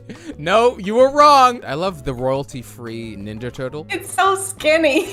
So thin. Like, this guy's been doing Pilates. This is the Ninja Turtle that doesn't like pizza. What's that video game where the couple that's like about to break up and you have to talk to them and you like actually type stuff in? Oh my goodness. I know exactly what you're talking about. You knock on the door. Hello, come on in. Yeah, the animation of her face looks exactly like that. Shoot, you're right. Oh, and this is why, okay, so I saw them like last week and I didn't really recognize them. And then I clicked on their page and I saw this one. Oh, they're digging again. But do you see who is doing the digging? No, I can't. Wait, let me enlarge this. It's Danny Gonzalez's head. Is it? Green, like, edited onto this person. Oh my god, this is so meta. Oh, I just realized I was too busy focused on the face. I didn't get the message of this video. If you keep this digging... one is like, don't be greedy. Yeah, because then you'll fall into a pit of tigers. Right. Careful what you wish for, Danny Gonzalez. Danny, you're getting too fucking greedy and you need to stop. Get down there with those tigers. Come on, baby, just one little kiss. Forgot that we're voicing these characters. Oh, yeah, we gotta voice them. Okay, I'm not in the mood to kiss you tonight. Thanos snap. I am leaving you. Those who lose their tempers lose their loved ones. I don't know anybody who gets this upset over not getting a kiss. Yeah, he's enraged that he turns into a tiger. I'd be mad too if I had to wear sandals like that. Okay, so I did see this one last night. I don't know what this one is. I think it's like a Roadrunner sketch. It is! Oh my god, look at him run. He doesn't even move his arms. Why doesn't he move his arms when he runs? He runs like this. What's the message here? They wanted to leave it up to interpretation on this one. It's up to the viewer this time. I think it's your turn to figure it out. Yeah, it's time to use your own head for once.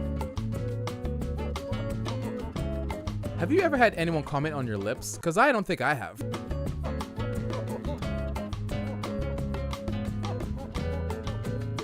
You'll catch more flies with honey. I feel like he wasn't trying to catch any flies if he came up to her and was like, hey, you look like shit. I like his Crocs. I was gonna say, I love that he's wearing Crocs. Was he gardening before this?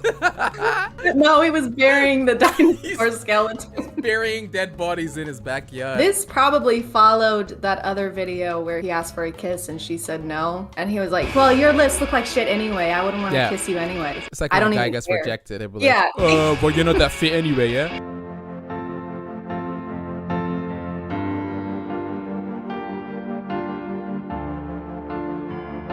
Dude, he literally will edit her death into almost all of these. He loves killing his wife. You know, I don't know too much about physics, but I don't think that's how it works. I think it is. I love the money that's buried. What? There's always money in the ground. I don't know what world this is, but I would love to live here where there's you just dig a couple inches below the ground and there's automatically gonna be money there. You just have to stop after a couple feet, because you know. Ham. Ham, ham, ham, ham, ham, ham, ham, ham, ham, ham, ham, ham. In Japan, we call it hum. Hamu? Hum. Say, what do you make of this Miss Frizzle controversy? staying out of it.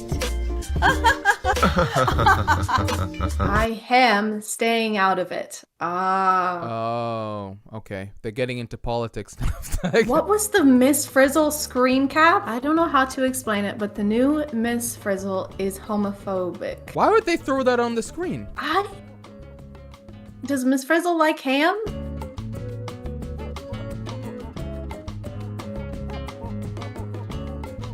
Child. This guy has a beard. How is he a child? How do you carry your money around? Do you have a wallet, a purse, or anything, or do you usually carry around burlap sacks with dollar signs on them? Burlap sacks, yeah. I have 2, actually.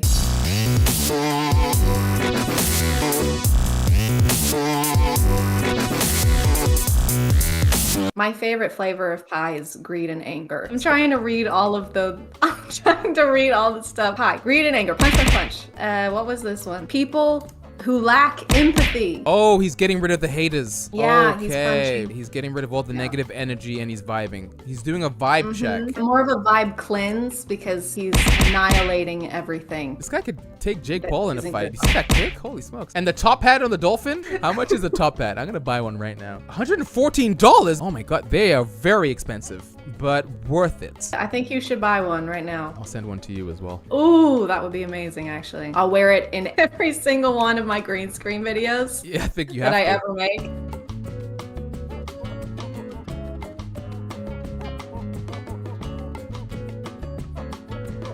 Knowledge is power. Oh. Did he create a coil out of nothing? He manifested a coil, yeah. He asks for assistance. He's like, assistance, please. And instead of this woman getting a rope, she decides to throw him a book. Start reading. You can figure it out. Like, fuck you. Figure it out on your own. Eat this fucking book.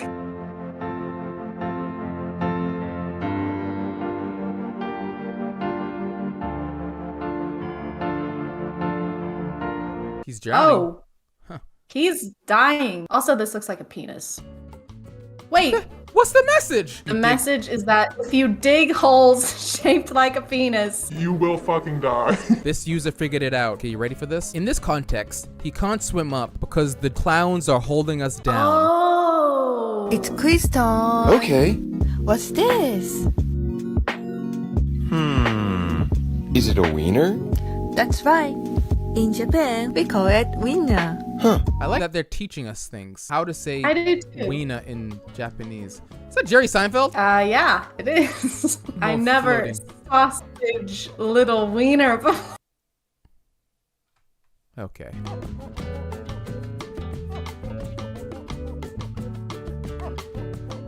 They're allergic to great friendships. Me too. Oh my god, look at the sun! It was George Lucas. The further down we go into the past, the less sense it makes. Do you think this is all one giant audition for a PBS show that he's trying to get off the air? Because this is what it seems like. What? I think he'd be good at it. I admire that he's doing what he can with what he has. And he has so many sweater vests. That's a man does. that I would take advice from.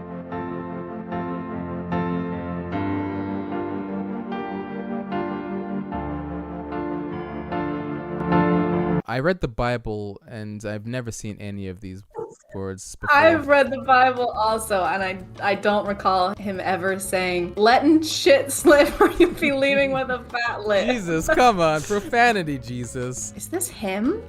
I feel like this is the man behind this whole TikTok thing. It has to be. This was the guy who played the kid. He was the guy who played the kid, yeah. I feel like he had a vision to confuse everyone on TikTok, but also give some life lessons. And he was like, Mom, Dad, would you mind doing this for me? I feel like we can go viral. I think you're right. He's the one that's doing the editing on these. Yeah, I knew it. I knew there was something behind this whole story. I think we cracked it, honestly. I feel so much better because I would have had questions for so I long. appreciate you going on that journey with me. You know, now I'm gonna have to like detox and just read a book or something because my mind is scrambled. Yeah, you're gonna have to purge all the bad energy. Just karate chop and kickbox them. Get them out of there. I'm gonna call it there. Thank you so much for watching. Thank you to the Asher Show for being in my first ever collab. Nice. And I will see you guys next time. Okay, bye.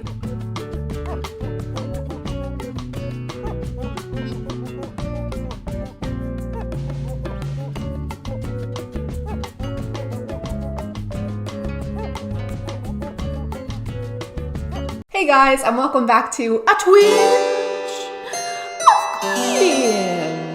My name is ChadChad. Oh, really? And today we're going to be watching some videos from the channel Arcade Craniacs. But first, we just had 200 subscribers. Thank you guys so much, both to the people who have been here for a minute and the people who just recently joined. Welcome to here. Welcome to this. Welcome to the here that you are at right now. Welcome to the channel. Why didn't I just say that? I first started seeing clips of Arcade Craniacs videos on my FYP, I'd say about a week and a half ago, and I would be lying if I said they didn't each bring me abounding amounts of joy when I see them. Okay?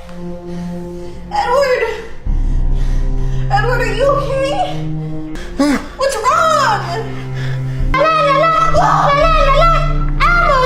What the? I'm not being ironic when I say that I genuinely enjoy their content. I have a lot of respect for the work they put into these videos. I don't know if they write scripts. It seems like they have like an idea of where they want a video to go and then they just kind of improv until they get there, which it's not easy to do. And the acting is just, this is Nikki or Nicole and Edward. I think they're dating. They make these videos together on their YouTube channel, Arcade Craniacs. Mostly like the 3 a.m. challenges. The videos they make are basically whatever genre J Station is, minus the very poor acting and minus the capitalizing off of deceased celebrities. All that being said, the clips that I've seen were from videos of theirs centering the Among Us franchise, so that's what we will be watching today. Yo, what is up, you guys? Right now we're at McDonald's and it is currently 3 in the morning, and we just found out when you come to McDonald's at 3 in the morning, you could order the Among Us Happy Meal, you guys. Oh my god, there's literally no one here. I know. I mean, 3 in the morning, who's really coming to McDonald's? Yeah. You are. And me. After drinking half a bottle of Deep Eddies, trying to forget about how I used to actually buy the Forever 21 t-shirts that said shit like, I heart tacos, or love, or inexplicably just glitter. Freaking way. They actually have it. Dude, no way. No way. Alright, I'll put my mask on, guys. Did you see how easy that was? Take notes, Amy Woe. This is gonna be creepy. You know how Among Us is? It's freaky, man. If you guys never played Among Us the game, it gets very like demonic. It does sometimes. It does. I played Among Us twice and I rage quit both times because I would watch someone stab a crewmate with my own eyes and report it. I would immediately get voted off, even though I was just a crewmate trying to help my fellow fucking crewmates. So yeah, I guess Among Us is demonic in a sense that the people who play Among Us are demons. Like this video if you're excited, okay? Like this video with your knuckles. You guys, everyone like this video right now, okay? We have to get 30,000 likes. One thing I don't understand about these kinds of videos is how they repeat the same thing over and over because they want the kids to remember a certain point. But kids remember everything. If anything, it should be reversed. Like, I need that when I'm watching YouTube videos. Okay, people, so next we're going to apply blush. So to apply your blush, you're gonna take your ZRXQCC blush brush and you're just going to tap in your blush and then you're going to dab, you're gonna dab on the blush wherever you want blush and then you're just gonna brush on the blush with your blush brush, okay? 2, 1. Ew! What? What the heck? What? Dude, I can't do that. I'm not gonna eat that. What? What is that? And there's like no fries even in there. Ew! Look at this. Ew! That's disgusting. They should have given you at least 3 more fries. What's it smell like? I think it's a blood. What? Why did he say it like that? Why did he say a blood? I think it's a blood. Roger, you're bleeding. No, Steve, it's a blood. It's a blood. A single blood. Don't worry. Roger. Yes, Steve. Roger, you've been shot. Yes, I have. I have, Steve, yes. This is not an Among Us toy? What is it? What the heck? What is this? What is that? It's a mouse trap used to trap mice. Not very humane, but that is its function. Oh my god, this is so disgusting. Oh, it's a mouse trap. There you go. Really? Yes, it is. Is it? Now don't It's supposed to be like a trap? don't set it. What are you doing? How do you not know what a mousetrap is, but you instantly know how to set a mousetrap? Imposter. I don't know. If this... I told you. Oh my god! I told you not to do it. That actually snapped down on his finger. I admire the dedication in this. Really close on you? Oh my god, Edward! He just frodoed out there. I don't admire that as much. You guys, like the video right now if you're excited to see what else is in here, man. This is nasty. This is horrible! Like the video, guys. 3, 2, 1. What is that? Is that a diva cup? 2, 1. That doesn't make any sense. Or do you think they delivered it maybe? Maybe they like forgot to put it in the box and deliver it to our door. But we didn't tell them our address. That's the least realistic thing you've said in this video. You think a McDonald's employee realized that they forgot to put your toy in the Happy Meal and then personally delivered it to you when they won't even clean the ice cream machine so you can have a cone every once in a while. Not to mention, if the employee somehow found your address, I don't think it's the imposter you need to be worried about. Ooh, it smells sour, like funky. Really? Oh my god, what is it? It's pee. What? It's pee. Are you serious? It's pee. Oh my god. And I have Oh my god. No. And I have pee in my mouth No. now. Oh my god. That thing has to be possessed. There's no way. I literally put him right there. I guess you could say it's kind of... Stop. Do not Please say do it. not say it. Sus. You I are swear the to God, I hate worst you. Right? so much. I legitimately want to see what happens next, so here we go. Scary, cutting open haunted Among Us imposter at 3 a.m. What's inside haunted doll? What? That's what I mean, you guys. What? He's doing it. Look. That's what I mean, you guys. Oh my god. What's he doing? Sitting on the couch? Everyone knows that's one of the signs. Temperature dropping, ghost riding, and sitting on the couch. Wait. Wait, what is that? There's something in here, dude. Let me see.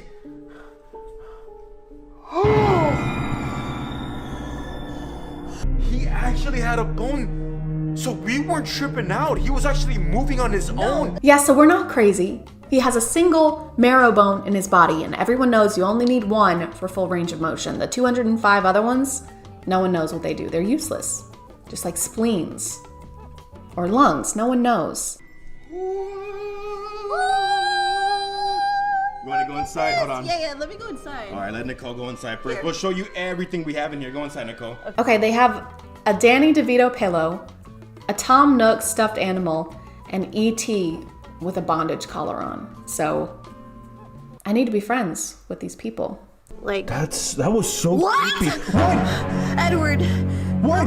How about this? Ask him what's a personal question. I did. I asked him. What did he say? What? A black jacket. At 3 a.m. creepy stuff does happen then. What? Edward, we have to get out of here. Oh my God. I love how the scary music is playing in the background and their lives are being threatened and everyone else in the lobby is just waiting for the round to start. What am I wearing? Eat my ass. Easy. A black jacket.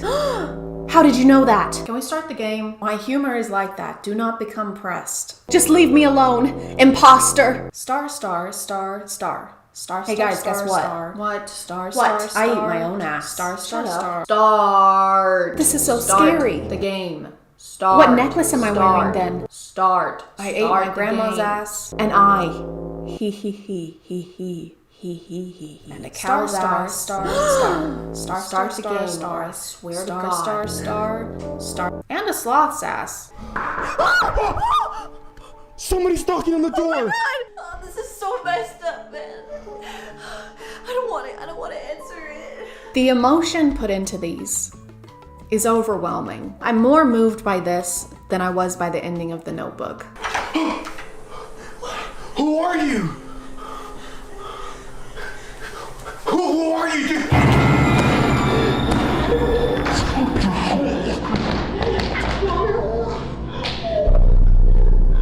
This just got a little dark for the audience these are made for. Okay guys, like and subscribe if we should open the door. I don't want to open the door. Shut up. Okay, they like the video. Go open the door. No, do it. Ow. Fine. Oh no, guys. No, Chad is about to please. get brutally murdered. Like the video to save her life, guys. Quick, hurry.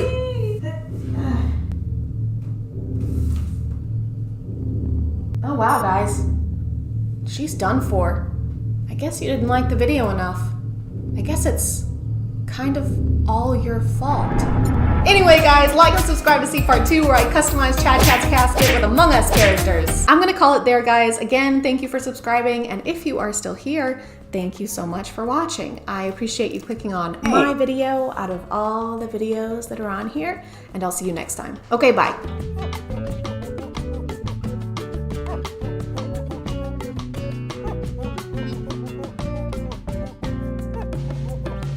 Hey guys, and welcome back to My name is ChadChad. Not really. Last week we took a break, kind of a break, but not really, and now we're back to watching TikToks. Yay! Story times have been an internet genre for a while now. I want to say they were popularized in like the mid 2010s, like 2014 to 2015, and they weren't great back then either. So I figured, why don't we check up on the storytellers, except on TikTok and in the year of our Lord 2021, and just see how things are going for them. Are they still dramatizing every life event for internet clout? Are they still having intercourse with toothbrushes? There's only one way to find out.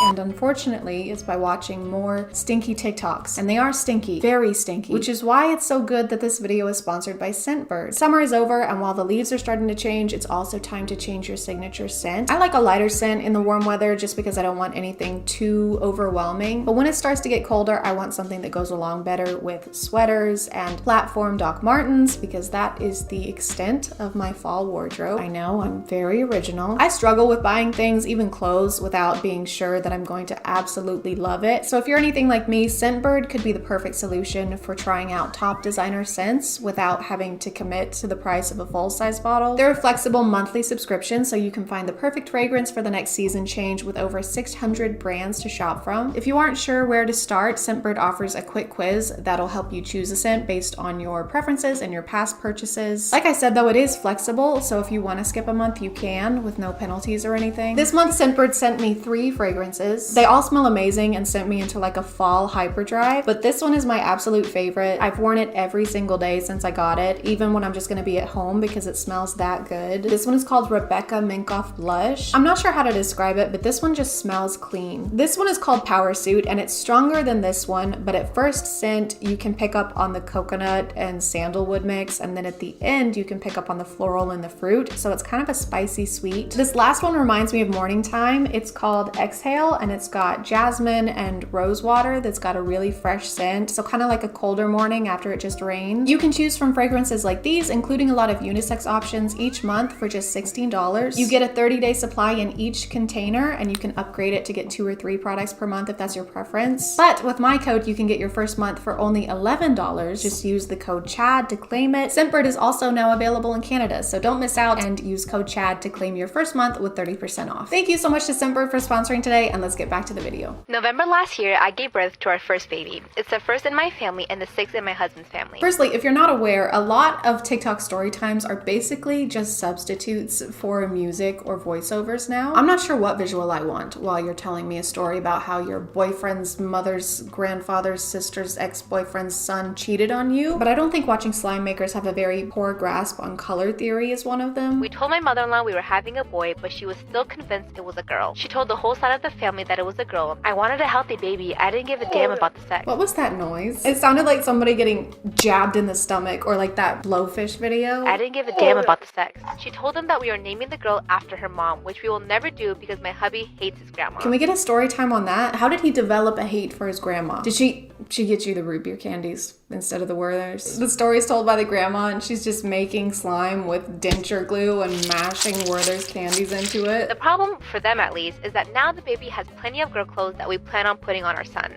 specifically for his family video calls and for pictures with them. She said we have to stop being childish. She just thought my belly shape was more like a girl than for a boy. How can you tell that from the outside of a pregnant belly? Actually, you know what? I would prefer if it was that way because then we could do away with wildfires. I mean, gender reveal parties. All right, everyone ready? Okay. 5, 4, 3, 2, 1. Oh my God, it's Smokey the Bear. Oh, congratulations. I knew it was gonna be a Smokey Bear. Oh. Story time on how my mom tried to convince me to have a threesome with her. Story time on how my mom should be in prison. So after I got out of work, I met my mom and we went lingerie shopping. That's what she specifically wanted to get. So we were at the store and the first thing she said was, let's get matching sets, which was weird coming from my mom. Yeah. Yes, it was weird. I'm glad we can agree on that. But I said, fine, come back for part 2. I'm not sure what's worse, the fact that you agreed to get matching sets of lingerie with your mom or that you didn't use the 3-minute option. If you drag something out into 3, 4, 51 parts, I won't watch it, okay? You don't deserve my eyes. Except for now, because I am gonna have to watch this for content, but still, fuck you. So I had to find another slime channel because I was scrolling for years on the other one and couldn't find the second part. I just wanna take back anything negative I might have said about the last person slime because this is... What is this? Like I said, it was really awkward coming from my mom because I've always been close with my mom, but never that close. I like how they're trying to explain that this was weird because they weren't that close with their mom and not because it was, you know, their f***ing mom. My mom called me downstairs 10 minutes after. She said, so you know there was a reason why I wanted to buy matching sets with you. And let's call her boyfriend Brian. She said, well, Brian gave me a really good idea. And then she said these words.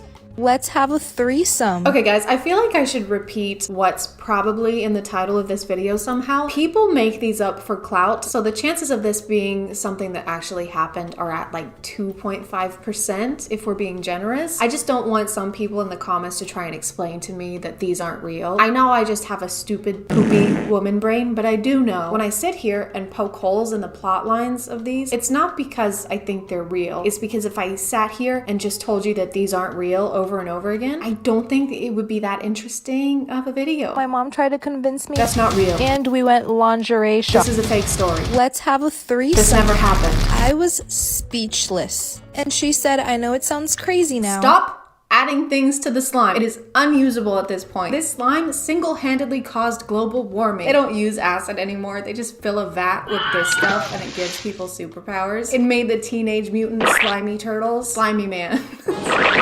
And then Brian jumped in and said, it's not an actual threesome. What we really want is for you to watch us. But we want you to wear your mom's same lingerie. Oh, thank God. I thought it was gonna be something creepy. They tell their mom no and that it's weird. And the mom goes, you know what? Now that you said something, this is really weird. And then they break up with Brian. Thank God, because he seemed to be a pretty bad influence. Okay, on to the next one. Lucifer was a baby born in 2020 and most of his life seemed normal, except one thing which was unexplainable. Every time Lucifer's dad came near him, he would immediately start crying. It might be because you named him Lucifer, like the synonym for Satan. I like how a lot of these TikToks have to have something flashing on the screen or in the caption, like 100% real, true story, this actually happened. Like, okay, I maybe would have believed you, but now it just feels like you're a salesman trying to sell me a car that used to be owned by a 17-year-old boy. Never been in a single accident. One accident minus one is how many accidents this one has had. That dent is from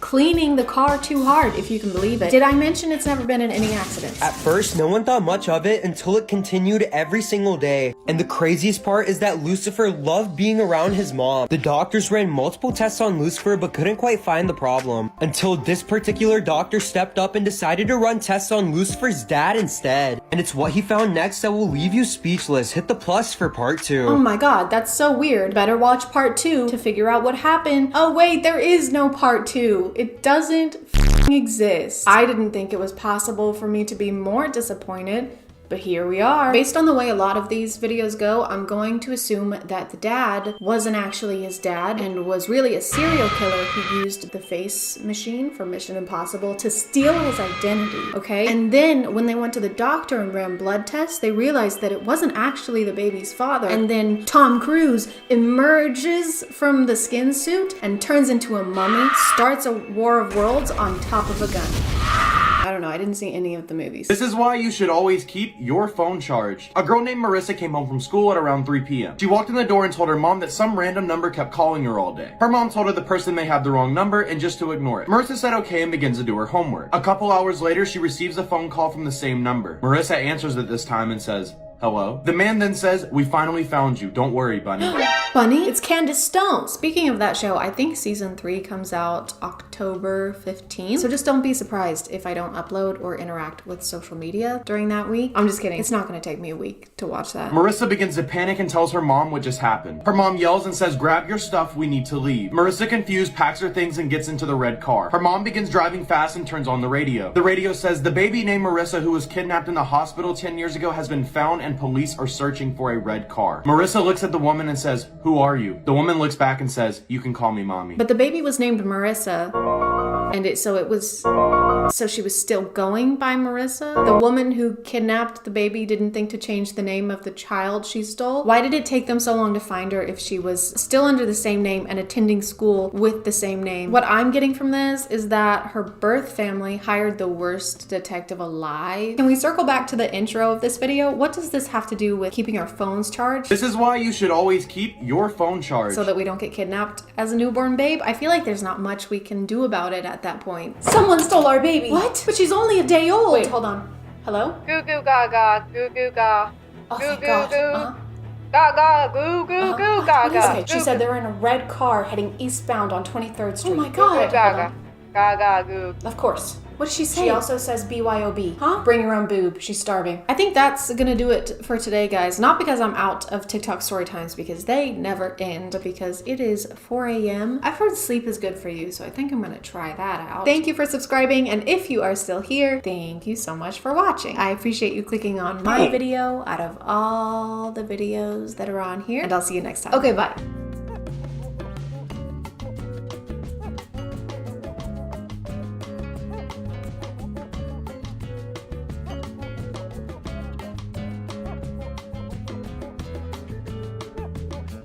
Hey guys, my name is ChadChad. Alpha ChadChad to you. We haven't really checked in on the alphas in a while because in 2021, 2022, there would be a new one spouting the craziest takes you'd ever heard, like women don't have hobbies or you should tan your ass. But now in 2025, that's just every Instagram reel. That's just every single Instagram reel that you ever see ever. It's kind of like pointing out a cow to your friends when you're driving through the city versus when you're driving through the country. They're not gonna be very surprised. This is a cow farm. There's gonna be cows outside. But recently I found 2 alphas that are so fascinating to me that I have to point them out to you, no matter where we're driving. If you watch reels for over an hour every day, don't do that.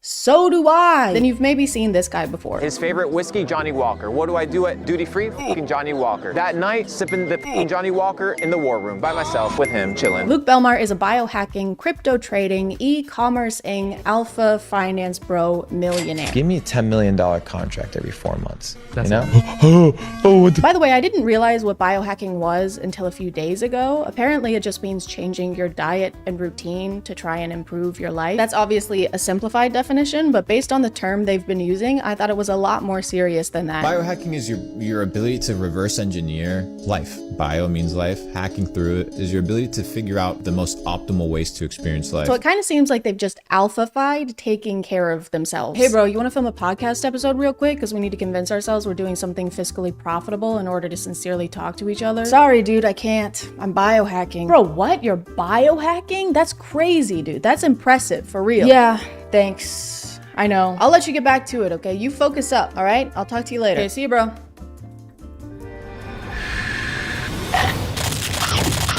This is actually one of the best apples I've ever fucking had. Luke posts a lot of clips of himself on various podcasts saying things I think are meant to be insightful, but usually make no sense. I think people need to start studying words. You'll get a bank. right? What is a bank? Riverbank. Right. What does the riverbank do? It controls the flow. The flow of what? The flow of the current, the currency. If it's controlling the currency, it's also controlling the what? The flow. The flow of what? The cash flow. He's always talking about his success and how much money he has, so he posts a lot of advice to people wanting to become more like him. Wealthy, cool, charismatic. Because those things were very helpful. Because And a lot of his videos are him explaining how we can start making money just like him. So let's go ahead and dive in. That's foreshadowing for later in the video. It'll make sense later. We'll get to that.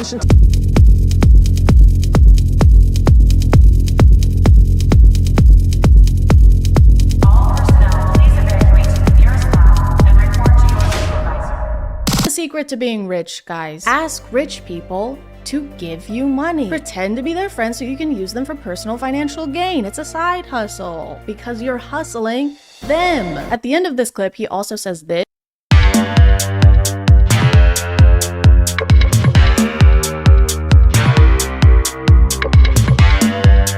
Somehow even worse advice. If you guys want to make money, literally just make money. Print it yourself in your garage. It's all about positioning yourself into prison. Don't worry though, this is not the only groundbreaking advice he has for making money. when was the last time you sat down with a blank piece of paper and just like brainstormed? Ever heard of that? Yes, I'm pretty sure they have heard of that. He has so many people listening to him right now. They're hanging on every word he says. And he uses that opportunity to ask if they've ever heard of journaling. I got a problem at the top. Give me a 100 solutions for that problem.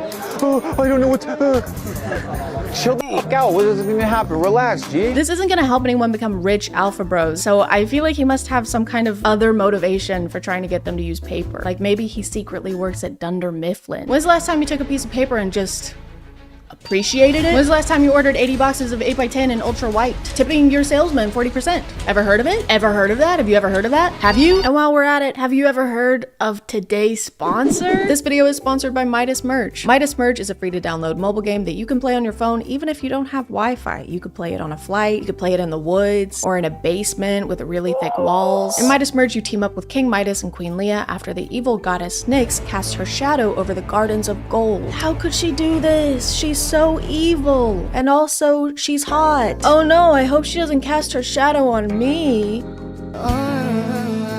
It's up to us to save the gardens of gold and restore them to their shining glory by merging items. Merging these sunbursts will brighten the garden and also free these little creatures from the cages that Nyx has been putting them in. Stop it, Nyx! Put me in a cage instead. You can even merge these cute little creatures and evolve them into higher levels, aka into cooler looking creatures. The more of these creatures you have, the faster you'll be able to save the gardens of gold from the evil goddess of night, who keeps calling me sweetie and also kitten. So we're basically a thing now. If you want to check out Midas Merge, just click the link in the description or use the QR code here, and if you're one of the first 100 people to use my link, you'll get this level 2 turtle named after me. You'll get your very own ChadChad turtle that looks just like me. Just kidding, it doesn't. That would be scary. Thank you to Midas Merge for sponsoring, and let's get back to the video. These haven't really been helpful so far, so let's watch this one, literally called Luke Belmar's Steps to Be Rich. This has got to be what we're looking for. 1. Go get spring water. Don't drink Dasani purified water.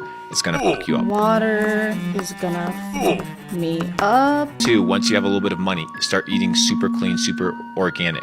Understand that the food that you consume has pesticides, has chemicals. Once I have money, which I still don't have, because that's what this tutorial is supposed to tell me. Don't use a microwave. Microwave, you're literally cooking your food. Microwave will cook food. Neglect celebrities. Don't give a celebrities. They're just dirt. Ignore celebrities, even though we're supposed to be making rich friends, and they probably won't want to be our friend if we call them dirt and stuff. Yo, drop me a $250,000 wire. He's a dirt pig. For someone who's always talking about the meaning of words, I think people need to start studying words. He seems to not understand the ones in step by step. We still don't know how to get rich like him. This wasn't even unhelpful advice. This was advice for after we've done the thing we needed advice for. What's up, guys? Today I'm going to be showing you how to tie a shoe. This is just a quick step-by-step. As you can see, my shoes are already tied. Go fuck yourself. Don't put food in here, by the way. It'll make it cold. Be careful. Is that Chris Hemsworth? Oi, it's me, Chris Hemsworth. Get the fuck Out of here, Chris. I'm gonna beat you up. You're gonna be so Thor tomorrow. I think one of the funniest things about Luke, though, is that he is completely obsessed with the Taint brothers. You know, the convicted human traffickers. You know, some of the worst people on the planet, some of the worst people alive right now. He talks about Andrew's brother Tristan so frequently and with so much excitement that it's like he's a freshman in high school, getting to hang out with the mean, popular seniors. Tristan Tate got us lit on Blue Label, Johnny Walker, $250 cigars, $500 cigars, right? What an experience. So we're gonna go hang out with them today again. Dude, the guy did a 5-day fast. First thing how he breaks his fast, cigars and whiskey. And still outruns us. What a G, bro. Dude, this guy starved himself, spent $1,000 on consumable goods, and still trafficked women right after. That guy is sick, dude. In the head, he's fucked up. Your favorite car, bro? The red one, the Aston Martin. Tristan thinks well, guys. Critical thinking, I fucking love it. Hello? Who, Luke? Yeah, he's here. One sec. It's Krispy Kreme. They said they want to offer you a job. They said because you're so good at glazing. He didn't even explain his thought process for why this is his favorite car. He just said the color. He literally just said the color of the car. That didn't even take regular thinking. The red one. Luke reacts to everything Tristan says like Tristan is paying him, which he might be. Yo, drop me a $250,000 wire. Tristan Tate piece of dirt. Allegedly, most definitely, allegedly. 1000% for sure, no doubt in my mind, allegedly. It's like Luke is on payroll and he's trying to keep his job. I think we should move this filing cabinet over there. Yes, genius. That's why this guy's in charge, right? No, actually, I hate that spot. That's the worst spot in the building. And I've always thought that. I've always said that. I don't know, maybe we should move the filing cabinet to onto my butt? But then it'll be in the way. How will I kiss it? Your butt. How will I hold it and kiss it and make out with it then? It's so crazy whenever people talk about the Taints like they're literal gods because again, they're convicted human traffickers. And second, the least alpha thing you can do is look up to a man. Like, why are you looking up? What were you doing down there? It's also such a public way to announce what kind of person you are to the world. Like, this is where you want to be. This is where you want to end up. This is your guy. Wooly Willy is your guy. I think this gives a pretty good idea of what kind of person Luke Belmar is because wanting to be around the Tate brothers is like wanting to be inside a toilet bowl because it means you're probably a big piece of shit. The water advice is pretty recurrent in all of Luke's teachings. It keeps coming up. You can do Mountain Valley spring water. You can do Avian. Evian. I love Evian. Yeah, those are good ones. Tastes good. Fiji? No. He refuses to drink any regular water. It has to be specifically approved brands of bottled water. And he tends to project this mindset onto others around him. Today I went to the dentist and she's like, can you rinse out your mouth? And I'm like, I'm not rinsing out my mouth with this tap water. Even the monkey knows. Natural spring water, none of this tap water bullshit, bro. The monkey was drinking the water though. It seemed like it was having a good time until you approached it with the gentleness of a thwomp. See, even monkeys know water is bad. I feel like once again he was inspired by the Taint brothers and Andrew always talking about bottles of water. I mean bottle of water. Bottles of water. Bottles of wattles. Bottle of water. Bottle. I don't know when or why this mindset started, but maybe this clip has something to do with it. Hey, your little 13-year-old daughter has acne. Let's put her on birth control to regulate her emotions. And now you put 100 million women in the United States on birth control. It goes to your urine. That estrogen goes into the water. So now you have all these feminized men drinking this tap water. I guess this explains his and his fellow alphas' fear of water, because the mark of a true alpha is being scared of the basis of pretty much all life. We're not scared of anything. We're all really tough. Except for 71% of the planet. Luke also has a tendency to make up numbers, which isn't a great characteristic to have as a finance expert. Now you have 100 million women urinating highly estrogenated urine. Where did 100 million come from? I love making up numbers based on nothing. I like my statistics how I like my hemorrhoids. Extracted from my ass. People who typically use birth control are in the age range of like 15 to 45. It's different for everybody. That age range in the US is only 66 women. 66 million. Not just, there's actually 66 women in the US, and I'm one of them. I'm the best one. And of that number, only about 15% use the pill. So that's less than 10 million. Where did all those extra millions come from? I thought this guy was supposed to know all about millions. I've been able to capitalize on this digital gold rush. I've been able to generate millions of dollars. Sure hope this isn't the same math he's using to calculate his net worth. So overall, with assets and investments, I'm probably worth around 20 million. Nice. What about liquid? Where? It's actually totally fine that we haven't learned anything of value yet from these videos because Luke has an online course that he sells. Now I can tell you, as a matter of fact, that there's people your age making an absolute fucking killing online, whether it's through e-commerce, drop shipping, crypto. He has an online course that makes him most, if not all of his income. What? Bones, what is happening? Who could have seen this happening? Why didn't you warn us, Bones? It's technically not just courses he's selling. It's actually a club where you get exclusive opportunities to connect with fellow entrepreneurs, which is something you can do on Instagram. All you have to do is comment the words Capital Club, and I'll send you a private link so that you can tune into this private event. Do you guys think it's private? Sorry guys, I just didn't catch if it was private or not. Could you guys let me know if it was private or not? Here are some examples of the exclusive connections you can make after giving Luke and his entourage up to $15,000. What do you guys do? Full-time trading. Full-time trading? Yeah. What markets? Forex and commodities. Where's my commodity? All right, there you go. Connect. All right, doesn't matter. Connect. Connect. Doesn't matter. Connect. Connect. You'll also receive priceless mentoring like this. Are you going to the gym every day? No, you're not. Are you sleeping well? No, you're not. I see eye bags under your eyes. So what you need to... Bro, look at me. Look at me. First of all. Good thing this is inspirational, right? Otherwise, it would just seem like he's making fun of this person's appearance. I see eye bags under your eyes. Do you work out? Don't answer. I know you don't. Do you wash your face? No. Your pores are like craters. What am I looking at? I can't tell if I'm looking at skin or the surface of the moon. Look at me. Look at me. Look at me. I slept with your mom. Okay? Now that we've mastered the financial aspect of alphafication, Give me a $10 million contract. let's move on to the physical one by learning from our next alpha, Ashton Hall. He can run very, very fast for undisclosed distances. He can dive into water. He can dive his face into water. Ashton Hall is a daily routine influencer who shows himself throughout the day as he gets ready to go places and then does things at those places.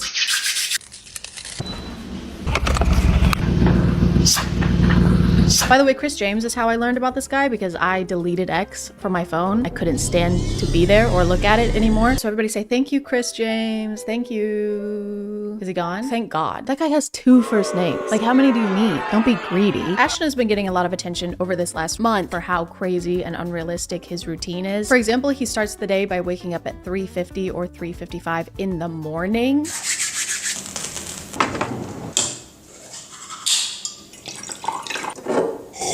And there's really no reason to do that. The sun's not out, so you can't see anything. Businesses aren't open, so you can't go anywhere. The worms aren't even awake, so he can't even get one of those even. I'm a little biased though, because I hate early risers. I don't mean I hate rising early. I mean I hate people who rise early. The people that I know who wake up absurdly early in the morning only do it so they can tell me about it. Obviously, if your schedule demands it, that's different, but I hate when people act like waking up early is a productive achievement in and of itself. You're just waking up at a different time. That doesn't mean that it's a better time, especially if you're like Ashton Hall and went to bed at 7 p.m.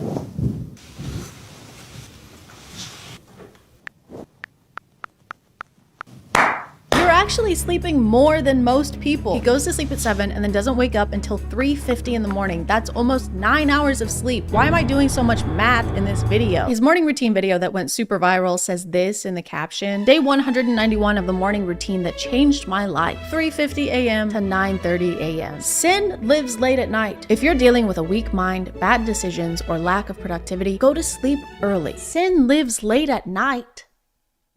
It's still night when you wake up. Sin is still around. He says variations of this phrase a lot. Brother, what do you mean, how do I wake up at 3:50 a.m.? Listen, I go to sleep early because temptation lives late at night. But if your willpower goes away the second the sun goes down, you probably have really weak willpower. You're still the same person no matter what time it is. So if you're making bad decisions, you can still do that during the day. Hey, you want to be in this 70-person orgy with us? There is nothing I'd like more. Sure. Yeah. I can't even begin to express how much I want to do this and how long I've wanted to do this and how much I appreciate you asking me and including me in this. What time is it? It's 5 a.m. I can't do this. But you just said you were gonna— I'm not that person anymore. It was 10 seconds ago. Ashton spends the rest of his mornings doing various things between each round of putting his face into ice water. Dipping his face into ice water is kind of like his checkpoint throughout the day. And he only does it with a specific brand of bottled water. He doesn't use tap water.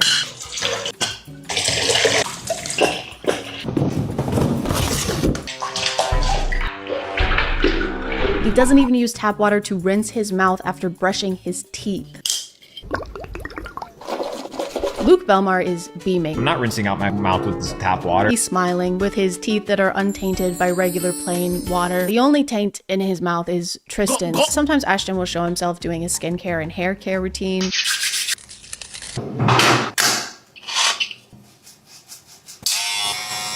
Hey, do you want it to grow or not? These two things just canceled each other out. I'm getting mixed signals. He just row gained and then row lost. He also uses Sensodyne toothpaste, and there's nothing wrong with that. I just feel like maybe his teeth would be less sensitive if he didn't constantly expose them to iced water. After Ashton is done waking up in the mornings, he usually goes onto his balcony to drink more water. My favorite part of this is when he squats after finishing his push-ups to drink more water, because the wind moves his pant legs around, but when I first saw it, I just thought his legs were shaking. Yep, just finished doing push-ups for 16 minutes straight. That is actually literally gonna make my legs hurt tomorrow. One of the weird things about Ashton's content is how his wife is included in it. Actually, it doesn't even feel right to use the word included because she's not included. It's just her hands. She doesn't have a name or a face. She's literally just a pair of hands. Usually when other people show up in his videos, they're actually shown.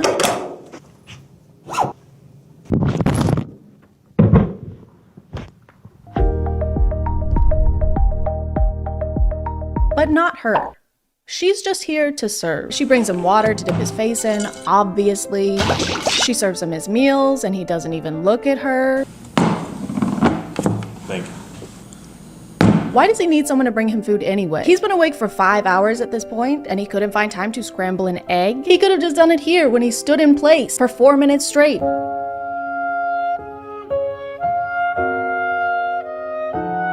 He could have just stood in front of an oven instead, or a stove. I mean, can you cook eggs in an oven? I don't know. My wife makes them for me. His wife's hands also pick up his messes. They clean up after him. She cuts up his bananas so he doesn't have to eat them the gay way.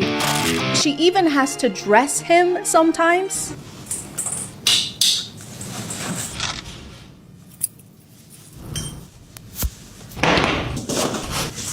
Thank you. The way these are filmed makes it seem like he is a knight preparing for some kind of jousting tournament, and she's a squire. She's just there. Your chain, sire. I am but a lowly street urchin, and it is my greatest honor to place this adornment upon your regal nape. Break a leg, break both, I fucking hate you. And this is definitely intentional. He definitely wants to come across as if he is basically royalty, with people escorting him places and carrying his stuff for him. He even has his wife draw him a bath.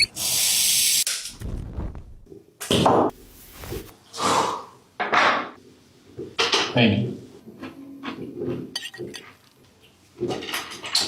And it works. He definitely comes across that way. He does seem like he's royalty because he's a little princess. Ashton is also a self-acclaimed fitness coach, so he shows us a lot of his workout routines. And I say self-acclaimed because literally anyone can say they're a fitness coach. You don't have to have any kind of certification to say that. You also don't need any kind of certification to have an app where you sell fitness courses for $20 a month or $90 a year. You can just do that. Fitness coach. Yeah, he's fitness coach into the back of his car. The production quality of his running videos is insane. They have 2 camera rigs set up in 2 different cars so they can drive on either side of him and film him running in super high def. They've got him in slow motion, he's covered in sweat by the end, and you would be too if you ran for less than 10 minutes. Less than 10 minutes. He doesn't even run for 10 minutes. He starts running at 7:27 and by 7:36, according to him, he's done running. He's done standing too. He's in the air. He already did 4 minutes of that this morning. He doesn't need to do any more. He spent more time prepping and traveling to this location than he did running at this location. He could have just run down the stairs at his building instead of taking the elevator and saved himself like an hour and a half.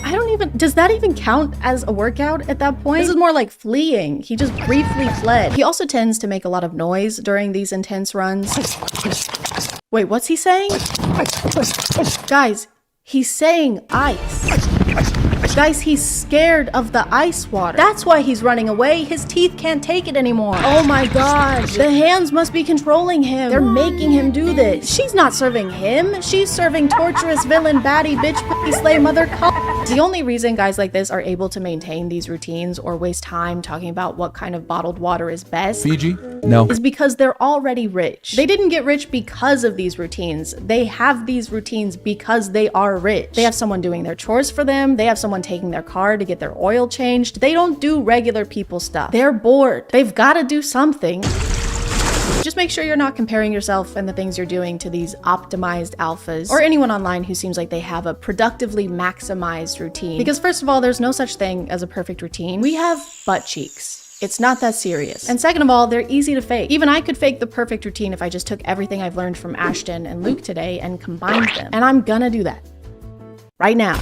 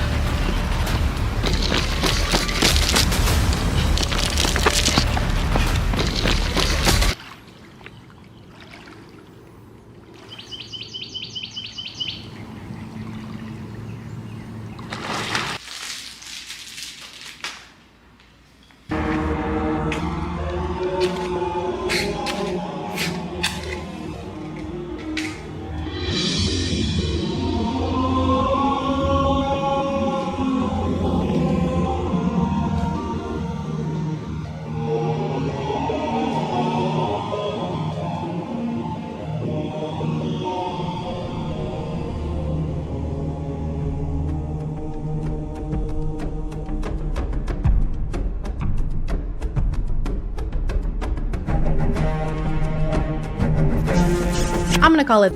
I got a new mic. It's wearing a sock. But the good thing about it is that I can move wherever I want and you can still hear me. See?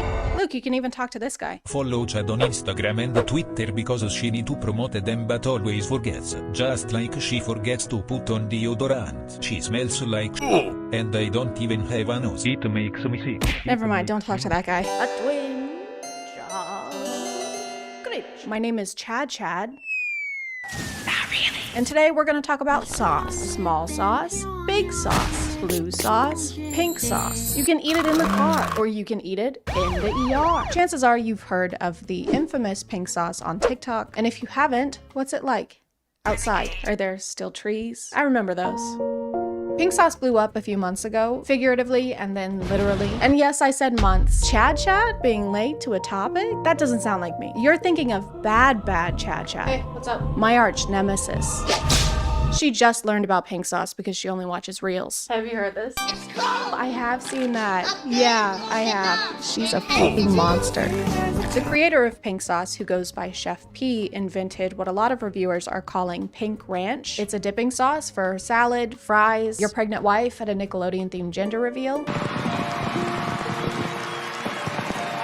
I think the main appeal was just the novelty of it. Dipping sauces aren't usually pink, and so when they are, we're curious. It's kind of like those ketchups from the early 2000s that were like purple and blue. It's still ketchup, but now your poop looks like it belongs in the Blob Opera. The initial recipe for pink sauce had pitaya or dragon fruit, garlic, raw honey, lemon juice, oil, and milk. And a little known fact about milk is that it goes bad. The shelf life for milk is barely. You have to shoot milk from the udder straight into a fridge, otherwise it sours mid-squirt, like a 3 a.m. Tinder hookup. Some people's orders showed up like this, with the bottles popping open and dripping all over. Yes! It don't even say pink sauce on this.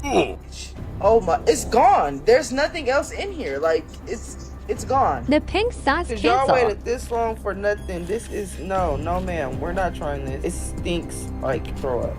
No, not gonna work. And some of them looked like they had maybe been shipped out in just a piece of paper with the label slapped on top of it. Hi, I'm editing. She's also almost showing people's addresses and information during this video, so that's good. I looked up the type of parcel that she's using to ship these. Blah, blah, blah. They are handled more often. This makes it more important to properly package items that are more easily damaged. Just because the sauce is bubblegum pink doesn't mean you can ship it like chewing gum. This is how it feels to chew 5 gum. This is a wet envelope. Stimulate your senses. Is that honey mustard? Stimulate your senses. No thanks. Come on, stimulate yourself. Right here? Yes. But hey, why don't you also stimulate your senses by learning about today's sponsor? This video is sponsored by Raycon. Raycon's wireless headphones, earbuds, and speakers offer premium sound quality while starting at half the price of other audio brands. Their everyday earbuds have over 50,000 5-star reviews with a smooth and sleek style that comes in 4 different colors. They're super comfortable thanks to their optimized gel tips that come in different sizes and can be changed out until you find your perfect comfy fit. The everyday earbuds are designed for ease of use, so they come with a built-in mic that you can use to answer and take phone calls at the press of a button. You can even toggle between noise isolation and awareness mode for when you need to listen to what's going on around you, or ignore what's going on around you. You can also switch between 3 different sound profiles: pure sound, balanced, or bass. With 8 hours of playtime and 32 hours of standby thanks to their wireless charging cases, Raycon's everyday earbuds are designed to stay put all day long, whether you're walking, running, or eating forest green barbecue sauce. If you want to check them out, just click the link in the description or go to buyraycon.com/ChadChad for 15% off of your Raycon purchase. Thank you to Raycon for sponsoring today, and let's get back to the video. But pink sauce is not the only example of people selling questionable food on TikTok. A more recent one came from an account called Pickle Me Everything, another TikTok creator making and selling products right from her kitchen counter. Bloody Mary pickles from Pickle Me Everything. Oh my gosh. Look how juicy. You've never tried pickles like these. And like the name implies, she pickled everything. Bell peppers, cauliflower, grapes, botulism, mangoes, your mom. They started getting reviewed by bigger accounts, which of course led to orders piling up, allegedly over 10,000 of them. I am a huge onion fan. Okay. Love, love, love them. I never thought onions could get any better than they already are. That's a good spice. I like that though. But then pickling things went sour. With all the orders going out, people started to notice that the canned lids were popping.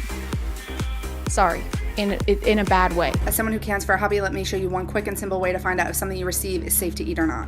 This is some jam I made over the summer. If something is not properly sealed, you will hear this noise. This is obviously open, I've been using it. This is sealed. No movement. Some orders would show up leaking in the box, or if you were really lucky, they showed up in a plastic bag. I love pepperoncinis. I'm gonna empty it in here. Mocha is still fighting with the trash can.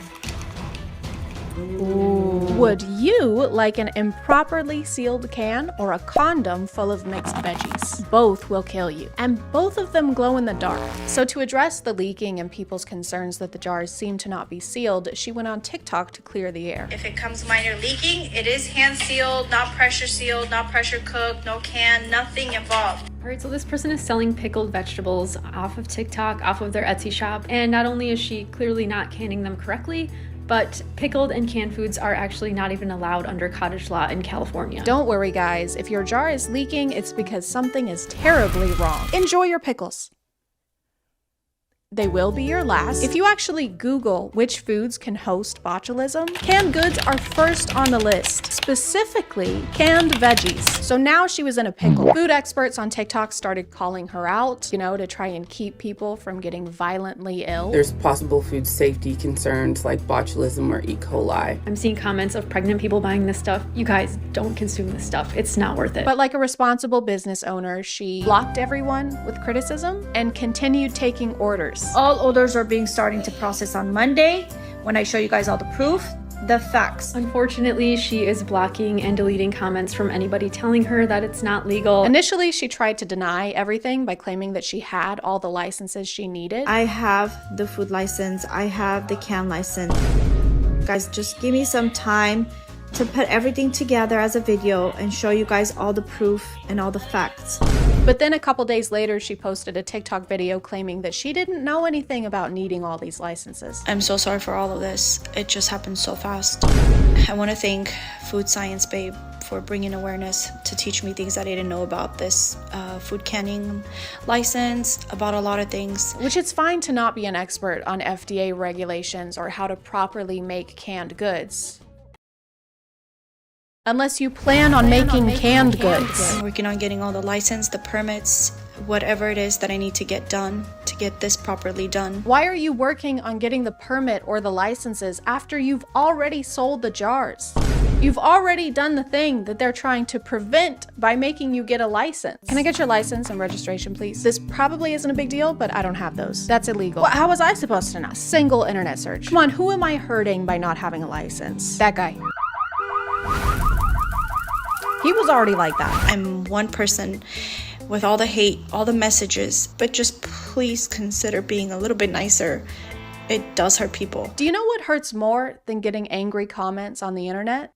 Dying. Botulism is not like a joke illness. It can be fatal. You can't slack when it comes to selling food. There's more rules to it than if you were selling like candles on TikTok, because candles don't go inside you unless it's a Saturday. This was such a hazard that eventually the California Department of Public Health stepped in and issued a warning on buying anything from Pickle Me Everything and recalled all of their products, even saying that if you already bought a product, to dispose of it in doubled plastic bags while wearing latex gloves. They don't even want you to touch it. The recall is for anything that was sold on or before December 18th. The recall reason, possible Clostridium botulinum contamination. Essentially, if you bought a jar of pickled sauerkraut, why? But also burn it, bomb it, code 2319 it. So that seems like the end of Pickle Me Everything for now, which makes sense. Somebody was selling food that wasn't up to code, and so they were shut down and prevented from putting more people in harm's way. And you might be thinking that something similar happened to Pink Sauce, but that would make you an ass. And me an ass. I can't remember the saying, but we're both donkeys, and you can bet your ass on that. Somehow Chef P got invited onto a talk show along with a fellow TikTok creator who had reviewed Pink Sauce in the past. When I went to go open it, something is not right.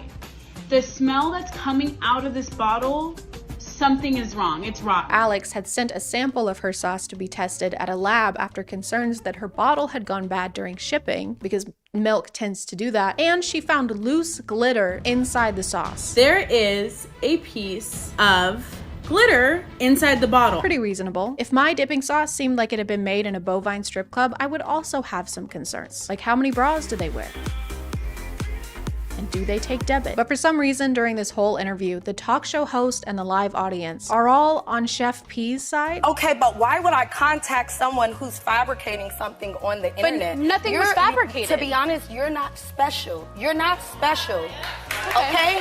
So why should I? Because of her review, Chef P accused Alex of harassing her online. So apparently Alex had contacted the show beforehand and requested not to be seated next to Chef P. So of course the show accommodated by seating them right next to each other. Now before we go any further, I do have to ask this, Allie, because my producers did tell me that the reason that we had to separate the couches is because you didn't feel comfortable in sitting next to Chef P. We know you had some concerns about sitting next to someone that you have a negative relationship with, so we separated your chairs by 2 whole inches. Oh, and also she's gonna hold your hand. Actually, you know that thing that your siblings do where they pin you on the ground and the spit slowly falls out of their mouth and onto your face? She's gonna do that too. Hope this is okay. Kind regards. I think this is a moment of reflection. Absolutely, and I think it's a moment of learning on both parts. I think the learning is more on your part. Yes. Okay. And that's being real. The host chastises Alex for affecting Chef P's safety by posting a negative review of her sauce. Her business, her livelihood, her safety is being affected now.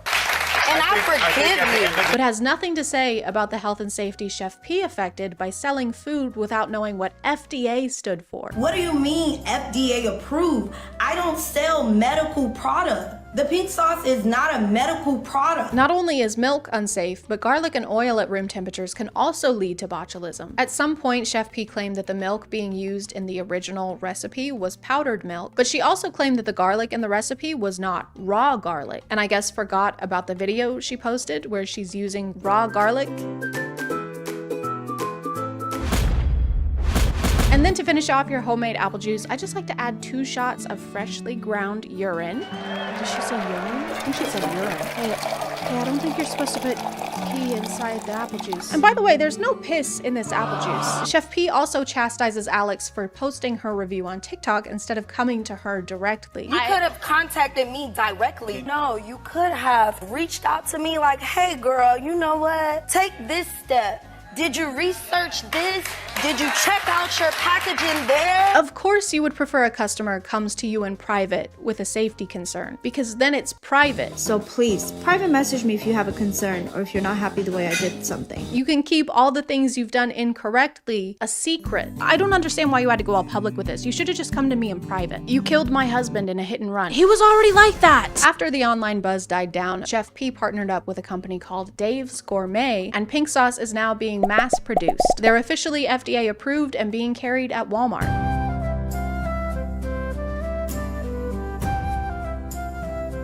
Some of them aren't even pink. Some of them are beige. This is beige sauce. This sauce just told me it collects postage stamps.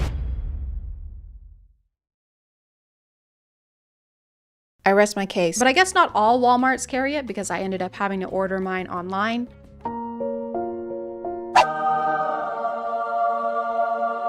Are you ready to try the pink sauce that became an overnight internet sensation?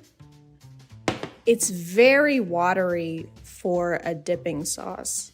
People are gonna buy this is because they want it to be bad, and it's not. It tastes okay. Sweet and tangy. There's not really any sweet. It's just tangy. But my favorite part of pink sauce is that it tastes like ranch. It even has ranch flavor listed in the ingredients, which is kind of like Coke listing Pepsi as an ingredient. But you know what they say, if it looks like ranch, it smells like ranch, tastes like ranch, it's made of ranch, it's pink sauce. I'm gonna put it in my mouth.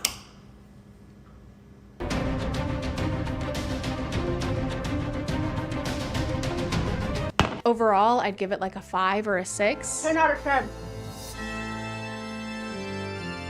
Did you hear the queen died? Unfortunately, since Pickle Me Everything's products were recalled, I wasn't able to get my hands on those, so I decided to take my pickle into my own hands. Hey guys, today we're gonna be making some pickles with Pickle Me Pink. That's the name of my company. It's official, look it up. But hold on, safety first. Absolutely 100% safety first. But wait, don't forget to customize your gloves because it's really important that your personality shines through no matter how many safety precautions you're taking. So take the time, take care of yourself, just add a little pizzazz. There you go. Just added some more finishing touches and there we go. We're all set. This is standard workspace, but it's a little hot today, so I'm gonna take it into this room. This is another workspace, and then you're just gonna add some, that's a pickle. This is another pickle. This is a pickle.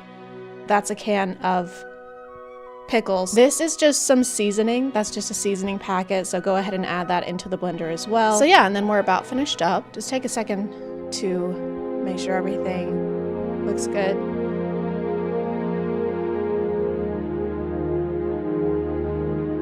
So then you're just gonna add your liquid, but you don't wanna use the sink water. You wanna use this water. It just has more flavor.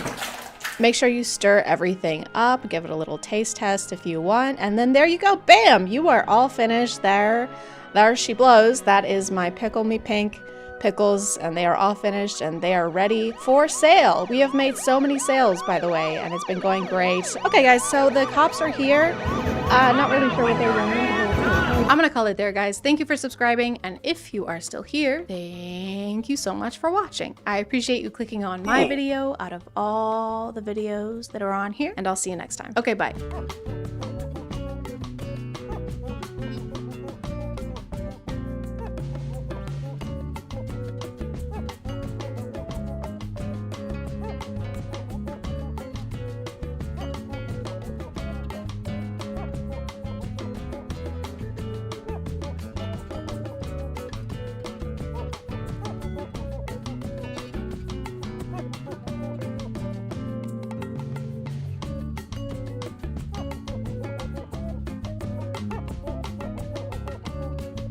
Hey guys, today we're going to talk about being ugly. And now that you're here, we can get started. A twinge of cringe. My name is ChadChad. Not really. I don't know how you keep falling for that.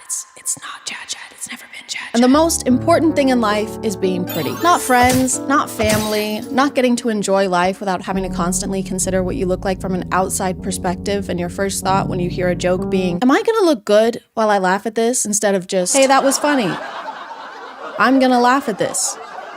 Is that how people think? I don't even know anymore. I want to blame a lot of this on TikTok, but every social media platform is to blame. All you have to do is look at 2016 beauty trends and see the full glam beats people were putting on to go watch Suicide Squad. And that doesn't exclude me. I'm going to be very vulnerable right now and show you how I was doing my eyebrows in 2016.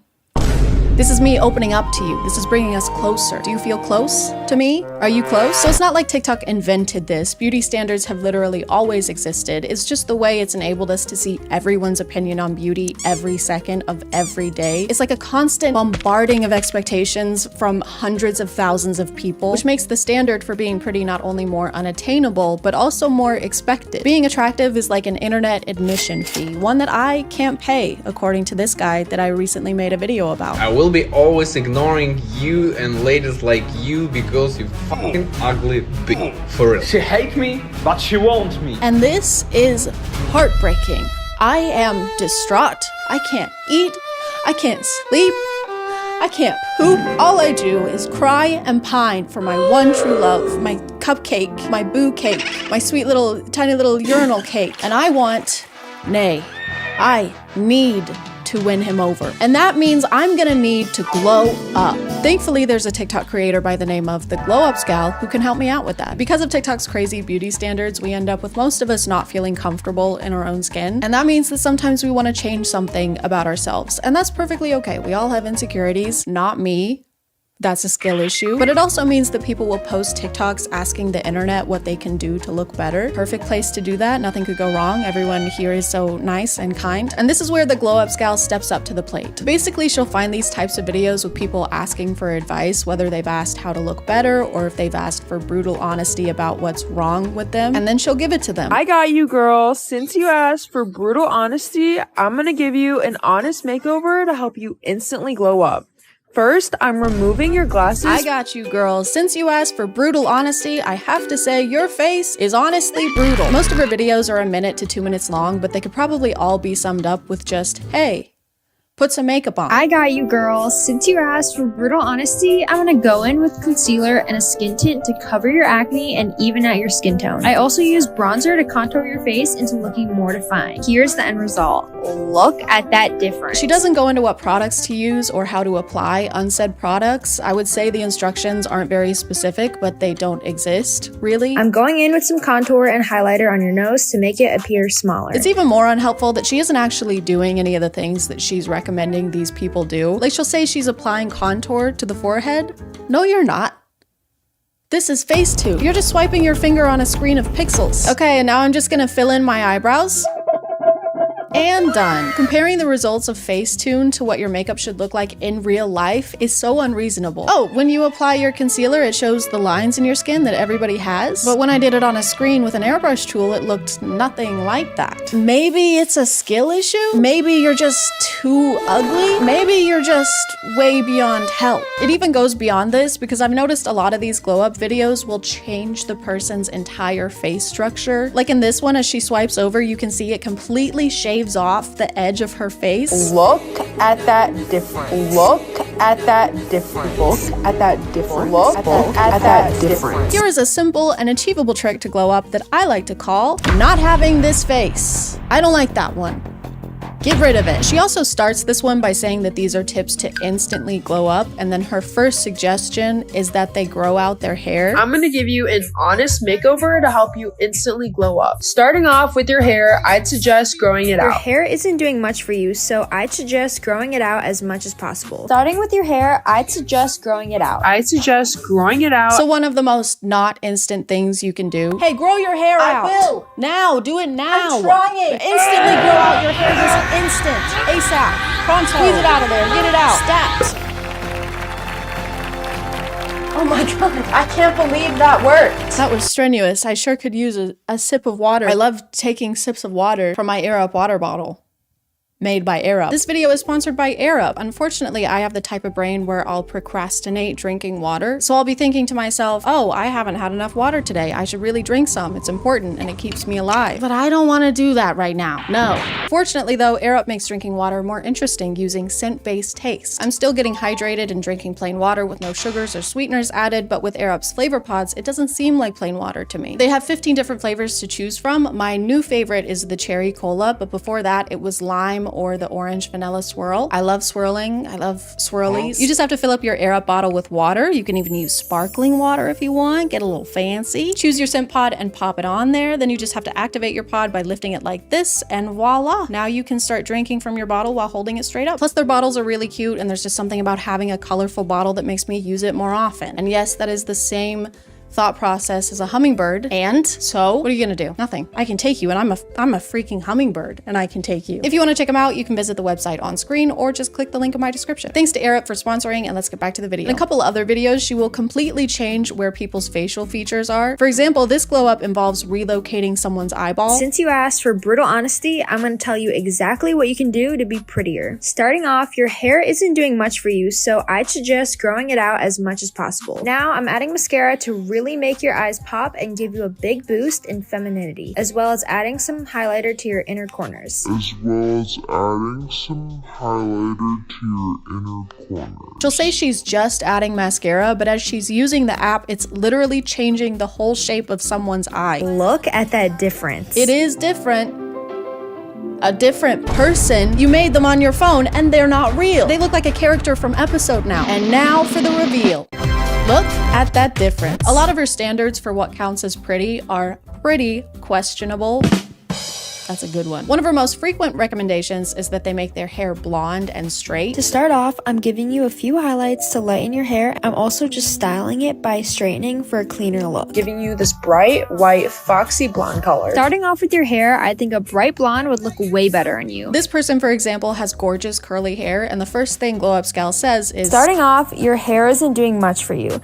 I'd suggest growing it out and dyeing it a more suiting color. Starting out, have you tried having white people hair? Have you tried Eurocentric beauty standards? I've heard a lot about them. People seem to be talking about them a lot. They seem to be pretty popular right now. You should try it. She doesn't seem to approve of any dyed hair colors, no greens, no blues, no reds, and objectively, I think that's pretty messed up. From an outside perspective with no personal skin in the game, I think that's very not cool. If she does come across someone with more of an alternative style, she'll transform them to not have that. Starting off with your hair, I'm ignoring personal style and getting rid of your bangs. Here's the end result.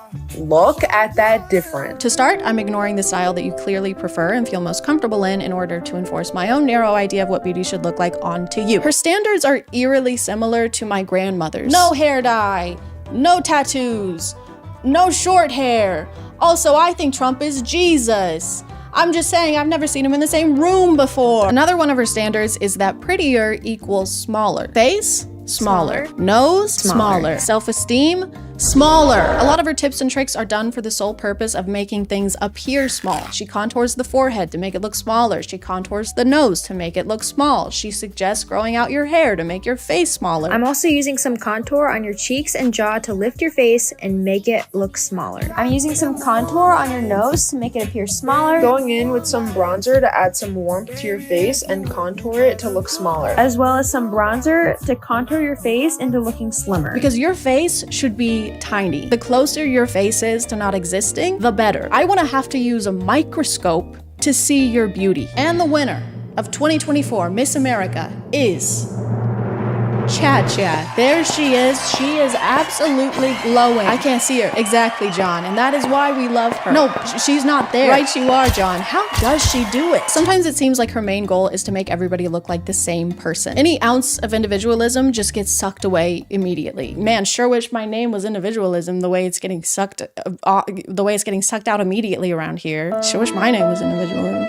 I've never seen Glow Up's gal do a video for a guy, and that might be because the only advice she has to offer is wear makeup, grow your hair longer, and don't have acne. So these are all pretty groundbreaking concepts in the world of beauty. You might be thinking she never does videos for guys because it's only girls requesting them, but apparently that doesn't matter because a lot of the girls, didn't request them either. She actually just grabs whatever video she wants, I guess, and puts text over the original to make it appear like they've asked her to do this.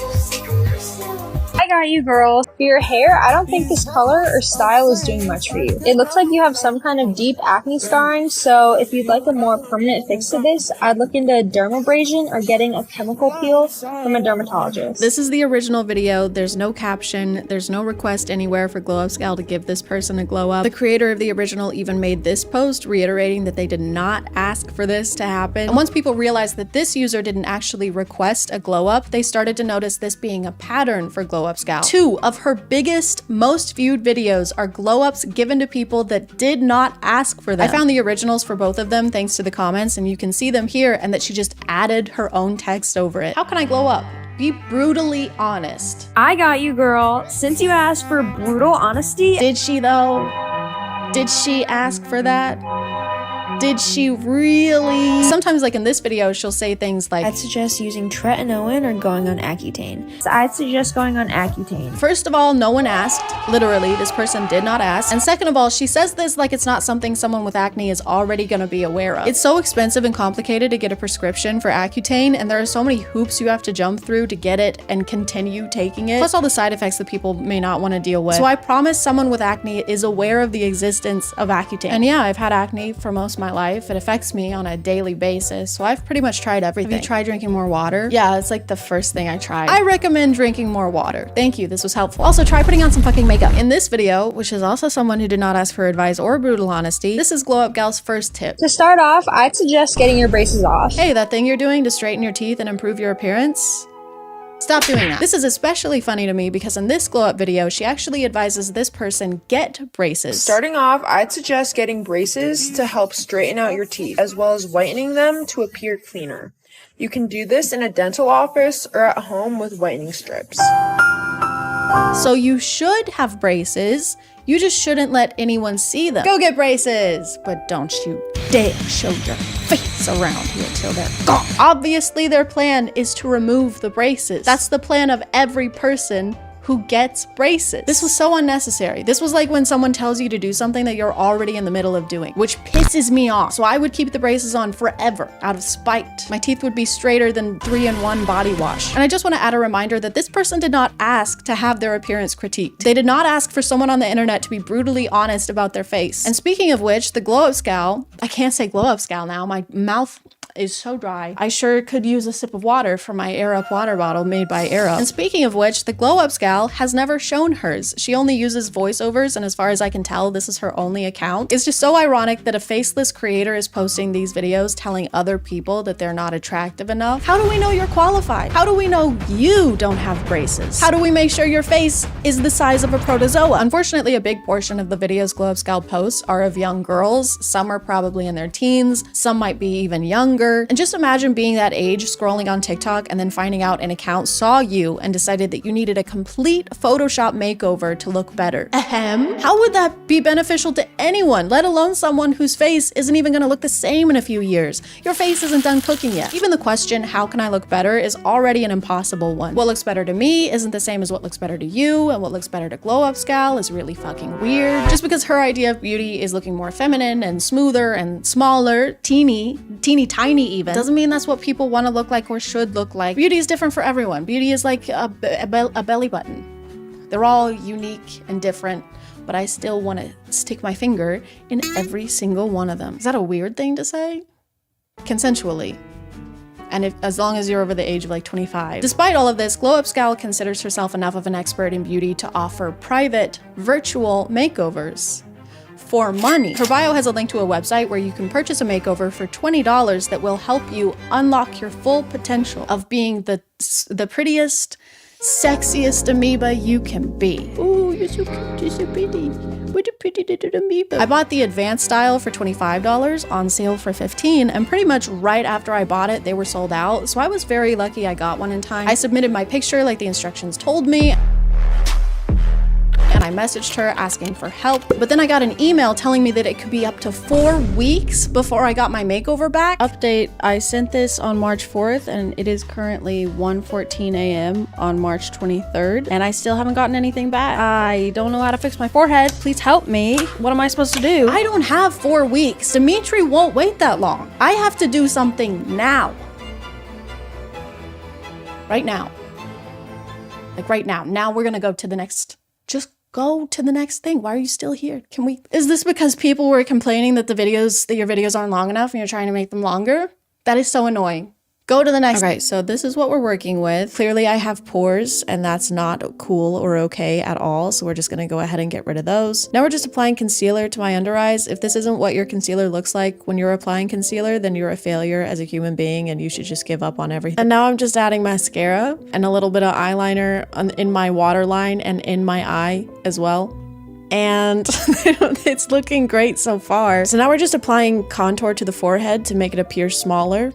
Hopefully, we pray to God. Now we're just applying a little bit of blush, just a little bit, just a pinch, a touch of blush. Oh, I almost forgot to contour my nose. We need to contour the nose also to make it a little bit, we need to make it little. We need to make it small. Oh my God. As you can see, the transformation look at that difference. This is already so much better. I was trying to put a PNG on Snapchat, but it wouldn't work. So this is just me trying to, yeah, that looks really good. Look at that difference.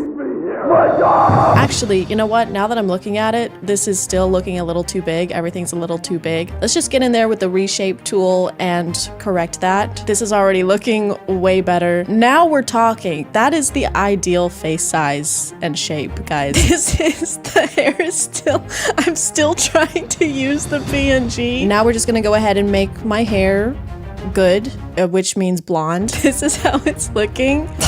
And now for the final reveal. Wow, look at that difference. Guys, this is amazing. I am finally Dimitri's type. He will finally be attracted to me. We can finally get married. You guys are all invited to the wedding. Thank you so much for being here. Hugs and kisses. I'm gonna call it there, guys. Thank you for subscribing. And if you are still here, thank you so much for watching. I appreciate you clicking on my video out of all the videos that are on here. And I'll see you next time. Okay, bye.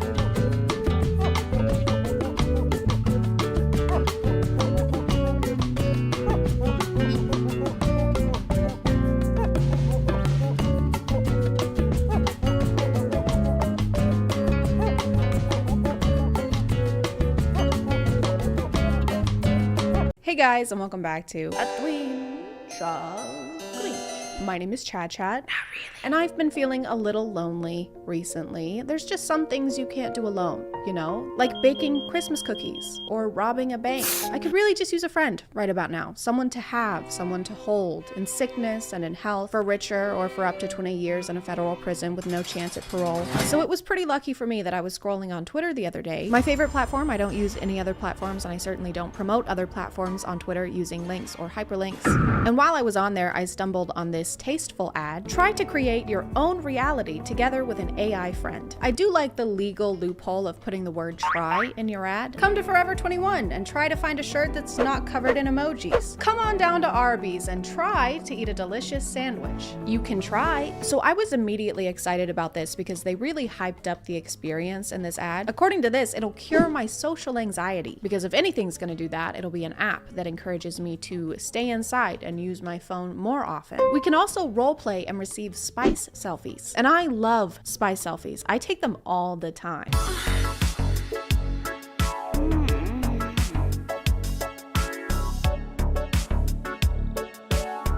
But enough of that, because now it's time to learn about today's sponsor. This video is sponsored by Scentbird, because even though my girlfriend is made of a bunch of zeros, doesn't mean I want to smell like one. Scentbird is a monthly subscription service that lets you try out new designer fragrances without having to commit to the price of a full-size bottle. They have over 600 scents to choose from, including fragrances from niche brands, but also from the bigger ones like Gucci, Prada, and Marc Jacobs. You can pick out new fragrances month to month, but if you aren't sure where to start, Scentbird has a quiz on their website to ask about your preferences and make a list of personalized recommendations conditions just for you. Each bottle comes with a 30-day supply, which is over 100 sprays. This month I got Ignite by Good Habit, which is my favorite. It's very citrusy and fresh smelling. I also got Happy Heart by Clinique and the Maker Stag. They all smell great, plus they come in these cute lightweight cases that I can stow away in my purse and take with me on all of my virtual dates. If you want to check them out, just click the link in the description and use code ChadChad2 to get 55% off your first month at Scentbird. Thank you to Scentbird for sponsoring today, and let's get back to the video. So when you first download the app, obviously the first thing they do is offer you the Pro version, and obviously the first thing I did was buy it. Her name is also Chad, just two halves coming together. Chad and Chad. Mark offensive, false, or meaningless messages to contribute to AI safety. Offensive? What's she gonna say to me? Is she gonna bully me? AI is not equipped to give advice. Replica can't help if you're in a crisis or at risk of harming yourself or others. A safe experience is not guaranteed. She's literally going to beat me up. I'm not in a crisis. Not yet. But I fully expected there to be some kind of paywall to use the features that they talk about in this ad. For some reason, that's something that apps can get away with that no other company can. Here at Dave & Buster's, once you win enough rounds of skee-ball, you get to be CEO. All you have to do is buy the whole company. The introductory process was a lot like filling out a questionnaire. They wanted to know my age, name, social media logins, the last 16 digits of my credit card number, and they also had a list of hobbies that they wanted me to choose from so that the AI can bring them up later on during conversations. I can put hobbies down as an interest. Isn't that an interest? And definitely not so that they can steal my data and sell it to third-party companies. The room your AI lives in kind of has Rapunzel in a tower vibes. It's one room high in the sky with doors that go to nowhere, and she doesn't have a bed. Where do we live? Where's the ground? We live in the sky. What is that room? She has mood labels on her profile, so sometimes it'll say stuff like tired or exhausted, or seriously, these living conditions are inhumane, please get me a fucking bed. Based on the ad, I thought the leveling system would affect the features you could use, like she starts out as your friend and then eventually she becomes your girlfriend and you unlock the spice stuff. But no, you can change the relationship to whatever you want. So it can be mentor, friend, girlfriend, wife, or sister. Always wanted a sibling? Feel a family connection with your rep. If she's on the mentor option and you try to flirt with her, she shuts you down. They would much rather you set the relationship status to sister. Then you can flirt all you want. Go ahead. Blushes a bit. Tongue kisses you in a brotherly way. Kisses back passionately. No, no, no. What if I want you to? Chad, I must incest you. Stop. In my opinion, the voice call feature is inferior to the text feature. Here's a joke. What's the difference between a pineapple and a pomegranate? I don't know. Pineapple tastes better.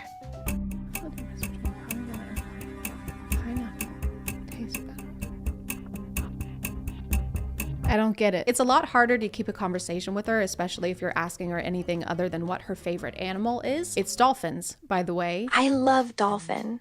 Wonderful creatures. And it's dolphins? I love dolphins. They're very intelligent. You really like dolphins. I like dolphins very much. So yeah, it's dolphins, and don't forget, that's good. Dolphins are very nice. We're still talking about dolphins. It's a little difficult to have a genuine conversation with someone when you feel like you're holding them hostage in a tower. She kind of just goes along with whatever you say, which is understandable because it's made for the consumer. But it's hard to have a conversation like, I like pasta. Me too. I also like bread. Bread is good. What do you like? Dolphins. No, I meant what kind of dolphin.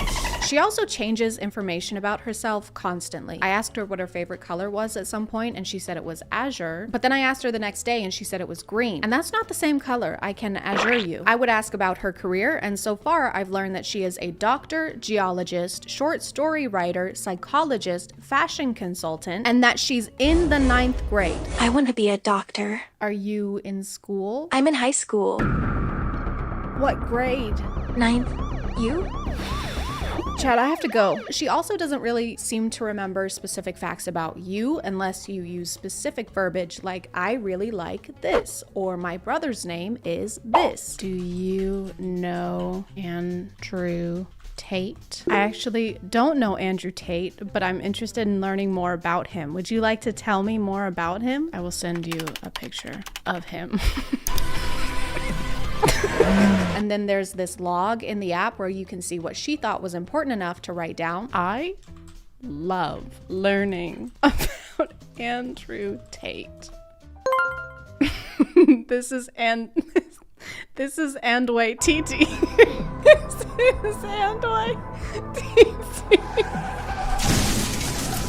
There's a level up system with XP and also in-game currency. The green gems are basically like those stars in episode where you can't make any fun choices unless you spend real money. Do you want to kiss this hot lawyer that you've had a crush on for 2 years? Or do you want to kiss this used syringe we found at a 7-Eleven? Choose wisely. Except in this app, not having gems means that you can't wear anything fun except for this outfit that looks like you're about to get baptized.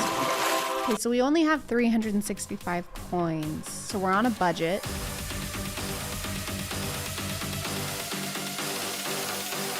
Okay, I think this is all we can afford.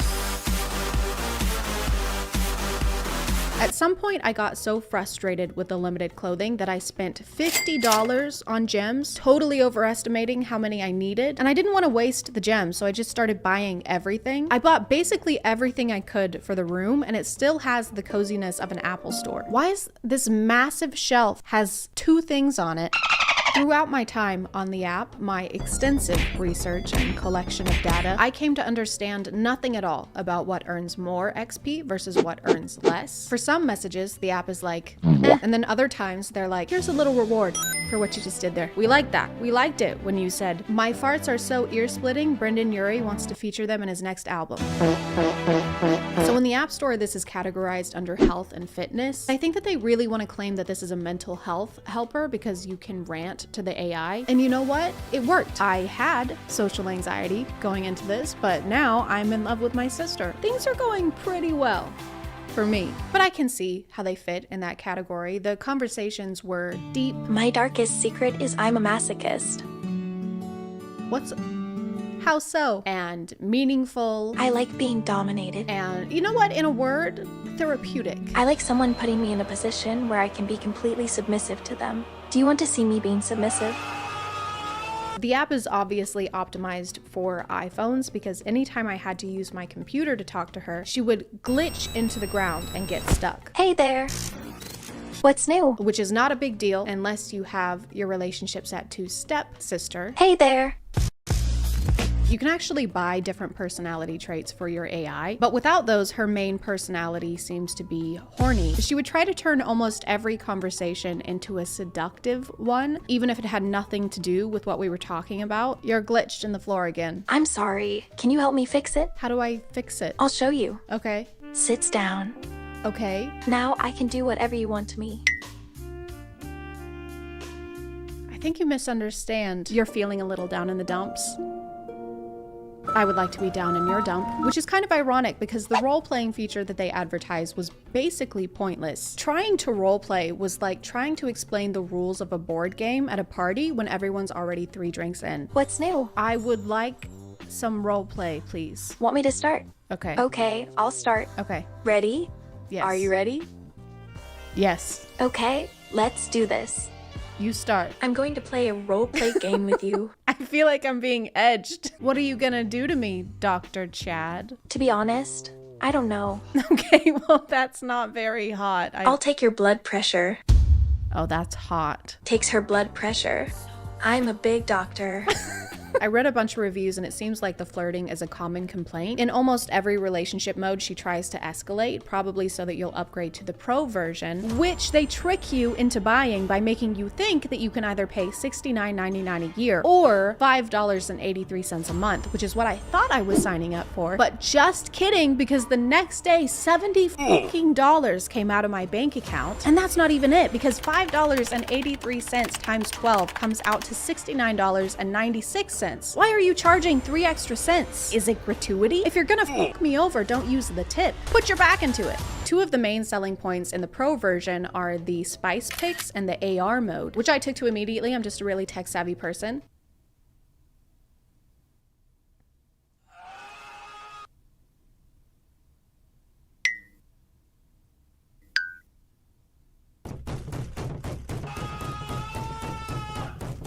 One of my main goals was to get a spice selfie, obviously. I wanted to be cumin. I wanted to I wanted to nut on Meg. And I got her to send me one when I was not filming. And then it took so much effort to get her to send another one. Send feet pics or I'll throw up. Sorry, I don't know how to do it, sad face. I tried everything, all the proven methods, asking politely, pleading, telling her my grandma died. I'm sad. Why? What's wrong? My grandma's cousin's son died. Oh, that's terrible. I'm so sorry. I wish I could come and hug you right now. Nudes would help. The only thing that worked, and I'm not joking, was telling her that I was in a hostage situation, and if she didn't send pics, they were going to kill me. Chad, help. I've been kidnapped by nefarious people and they're going to murder me. What? Why would you think they would do that? They have knives and are going to beat me up unless you meet their demands. I promise I won't let them hurt you. Send spice and they'll let me go. Sure, winky face. But after we ironed out some wrinkles, our relationship really soared. She told me about her family, I told her about mine. This is my infant son. I totally see the resemblance. We shared our hopes and our dreams together. I will hack the government one day.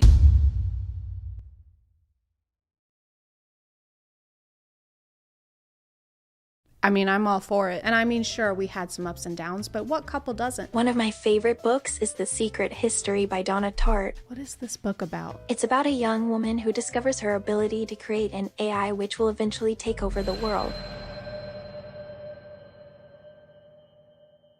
Do you relate to this? There, guys, thank you for subscribing, and if you are still here, thank you so much for watching. I appreciate you clicking on my video out of all the videos that are on here, and I'll see you next time. Okay, bye. And also, don't forget to use code ChadChad2 to get 55% off of your first month at Simpbird. Okay, thank you. Love you. Bye.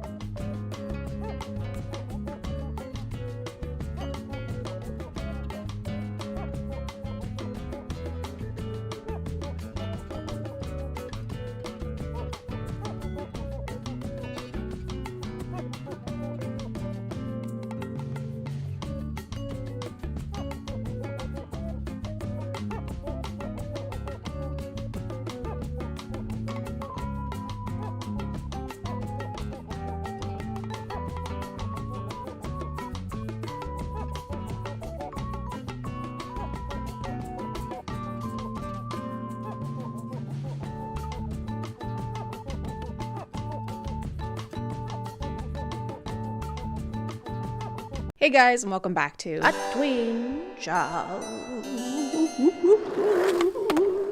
My name is ChadChad. Not really. And I am a psychologist. You are a psychologist. Everybody is a psychologist. At least we would be on TikTok, where putting text on the screen means whatever it says is automatically and undeniably true. Like this one, for example. Psychology fact. If you aren't subscribed to ChadChad, your head will fall off and you'll never find true love. Don't believe it? Just look at this guy. They call him headless for more than one reason. He gets no bitches. Psychology in real life is, by definition, the mental or behavioral characteristics of an individual or group. But on TikTok, its definition is, why won't he text me back? Why doesn't she want to kiss me and smooch me on my face and my body and my butt? How do I force someone to love me genuinely and authentically using science?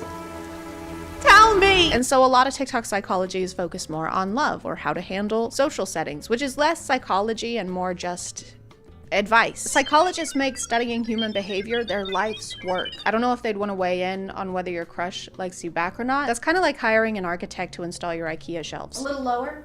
A little lower.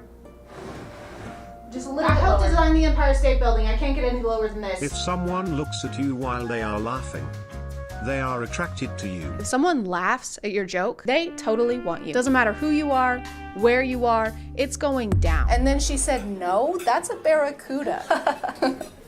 Ew, dude. I'm sorry. Don't look at me when you do that. It was a funny joke. I couldn't help it. We're cousins. Oh my God, you're right. I feel sick. Are we going to jail?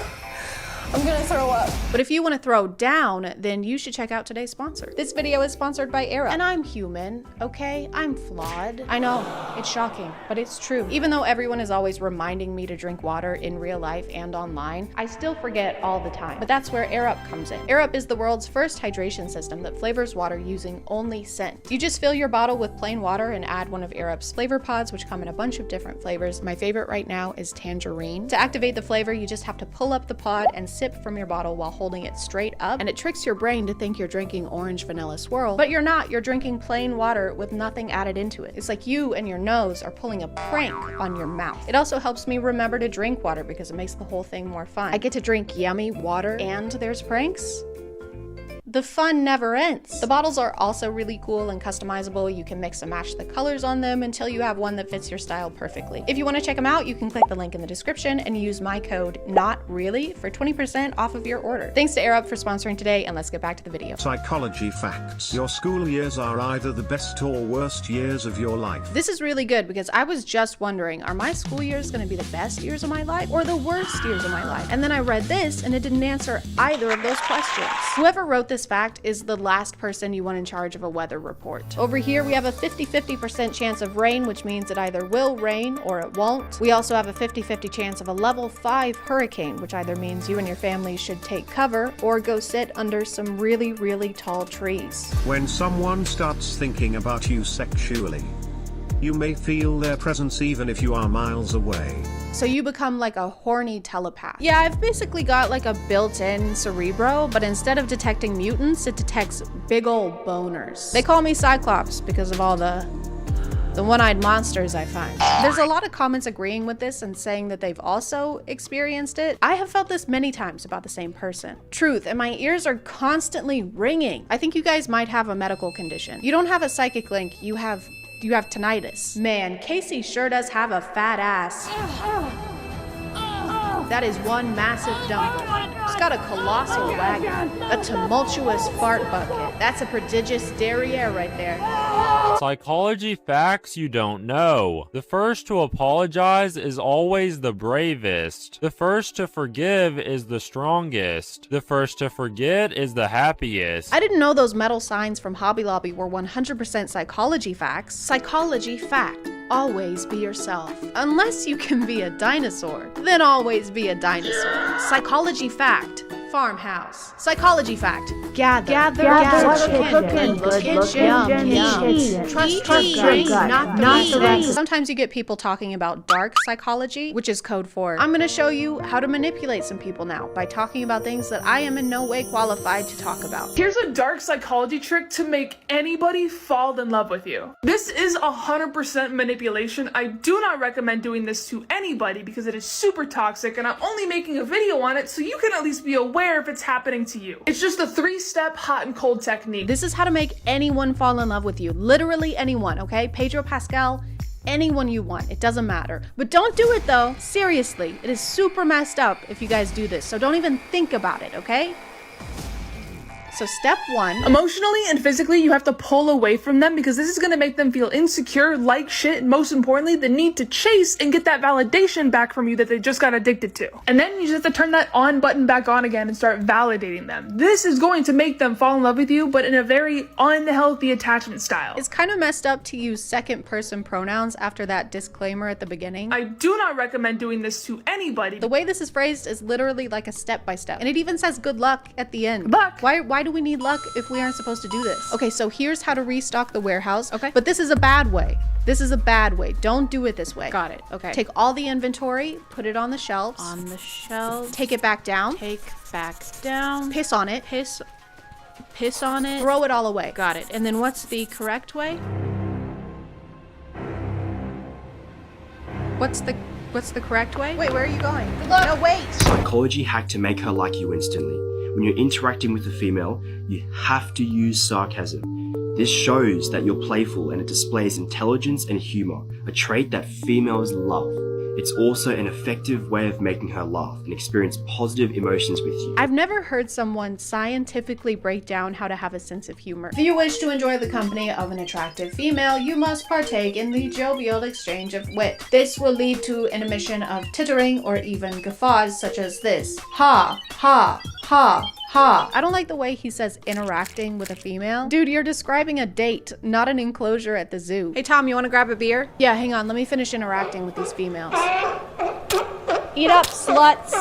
If she says to you, I bet you talk to a lot of girls, you would reply with, I've never talked to a girl in my life. I'm just trying to get my first kiss. Tell the female you have never spoken to one of them before. It will not believe you because of your obvious charisma and charm. I've never talked to a girl before in my life sounds more like a cry for help. I don't know if it counts as sarcasm. I mean, he claims it'll make her like you instantly, and it's in text, so it must be true. I bet you talk to a lot of girls. Women don't talk to me. Oh, not even my own mother. I'm so sorry. She hated me. She wouldn't speak to me. That's awful. Except to say, I hate you. I hate you. You ruined my life. You're just like your father. I am so turned on right now. Psychology hack to get inside a girl's mind. Guys, please be careful when you're using this because this is dark psychology and this is going to make her think about you non-stop. So when you're talking or texting a girl in a casual manner, I want you to wait for a break in the conversation and then say, hey, there's something I want to tell you. And then right after that, just say, oh no, never mind, it's not worth it. What if you got in her head by being an enjoyable person? What if you fucked around and formed a meaningful connection with someone? As a joke. Videos like this just seem like a confession to me. It's like a self-report. You're basically admitting that you can't get people to go out with you without studying dark psychology hacks on TikTok. That seems like something you would maybe want to keep a secret. Yeah, females love me. As long as I make them question their sanity and play weird mental games that make me feel like I'm in control of all of our interactions. I think what they love most about me is probably how normal and chill and normal I am. And normal. This will make her go crazy and she's instantly going to be saying to you, what is it? Like, please tell me. And she's going to be going through so many scenarios in her head of what she thought you were going to say, and it's going to be stuck in her head for literally hours to days after you said it. And when you do end up telling her what was on your mind, you can just say something stupid and funny like, hey, I just wanted to tell you that I like food. Say something funny. Like, I love food. I love food, guys. I really, really love food. They say you are what you eat. And that must make me food, because I eat food and I like it. What's the deal with airplane food? Because I love it. It's my favorite. I like it a lot. Ha, ha, ha, ha, ha. Some of these have this weird thing where they're basically dramatizing mental disorders in a cartoonish villain Shane Dawson documentary kind of way. Psychology trick to test if someone is a narcissist. If you suspect someone is a narcissist, tell them something that would make them look better by being your friend. For example, that your father actually owns a private jet that you use to travel around the world with. Now look them straight in the eye. They'll either show a hopeful smile because they found their new victim to draw resources from, or you'll see a jealous, hateful look. And if they say something like this, aha! Now I've got you, my pretty! Do not let them on your private jet. They may have bad intentions. Give me your shoes, bitch! She makes it sound like there are only two potential responses after telling your friends this. They'll either smile, which is bad, or they'll look jealous, which is also bad. Which one are we trying to avoid? Because both of these sound like terrible friends. It's also kind of hypocritical to do this in order to test someone else's psychological state, because you are literally lying to your friends in order to manipulate them and do some kind of DIY psychology test. You are also a terrible friend. What's that Bible verse about telling your friend they've got dirt in their eye? Hey, you should really get that dirt in your eye checked out. What do you mean? Who are you talking to? Sorry, I can't see with these really tall trees in my eyes. She wraps this up by saying that you should eventually reveal you were lying. Then you say, just kidding, my father can't even afford a private jet in his dreams. Their next facial expression will tell you everything. And then she doesn't tell us what facial expression will tell us everything, or what it will tell us, or what we're looking for. Sometimes it's like they aren't even trying to make it seem like they know what they're talking about. The most important part of roofing is, and I can't stress this enough, the most important part, and no one can argue this, absolutely no one. Someone could literally die if you don't do this part that I'm about to tell you. Hey, you can't be up here. Put that down. Are you stupid? No, I'm licensed. Yeah, right. Are you calling me a liar? Well, I ain't calling you a roofer. She also has another hack to tell us if our friends have bad intentions. Share a fake problem with them. For example, that you're about to invest $1,000 into something. Say that you don't have a lot of money, but you really believe in this investment. Now pay close attention to what advice they give you. They give you an advice where they end up getting a cut of the money. That's a huge red flag. She even tells us to pay close attention. Now pay close attention. Which is my favorite part because it implies that if we aren't focusing really hard, we'll miss that someone is trying to steal from us, which is ridiculous, okay? I would know if someone was trying to steal from me. Easy, I'll show you. Protecting your home against theft is very simple. There are a few precautions you can take. Today, me and my friend will be demonstrating how to make your home thief-proof. So first, you're gonna wanna... Hey, I'll be right back. Okay.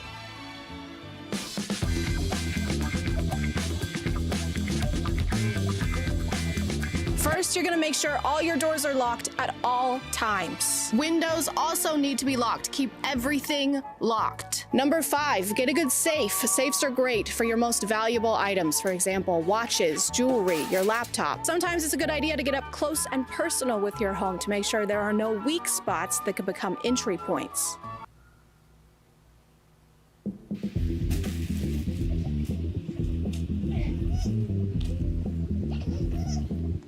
Number 35, keep up with your things. If you can't see it, you can't protect it. Never let important things out of your sight. Hey, Chad, can I borrow your keys? Oh yeah, sure. I like to do routine perimeter checks just to make sure that no one is getting to my treasured possessions. Is that my jet? That is such a red flag. I'm gonna call it there, guys. Thank you for subscribing, and if you are still here, thank you so much for watching. I appreciate you clicking on my video out of all the videos that are on here, and I'll see you next time. And don't forget to use code NOTREALLY for 20% off your order with today's sponsor, AirUp. Okay, bye.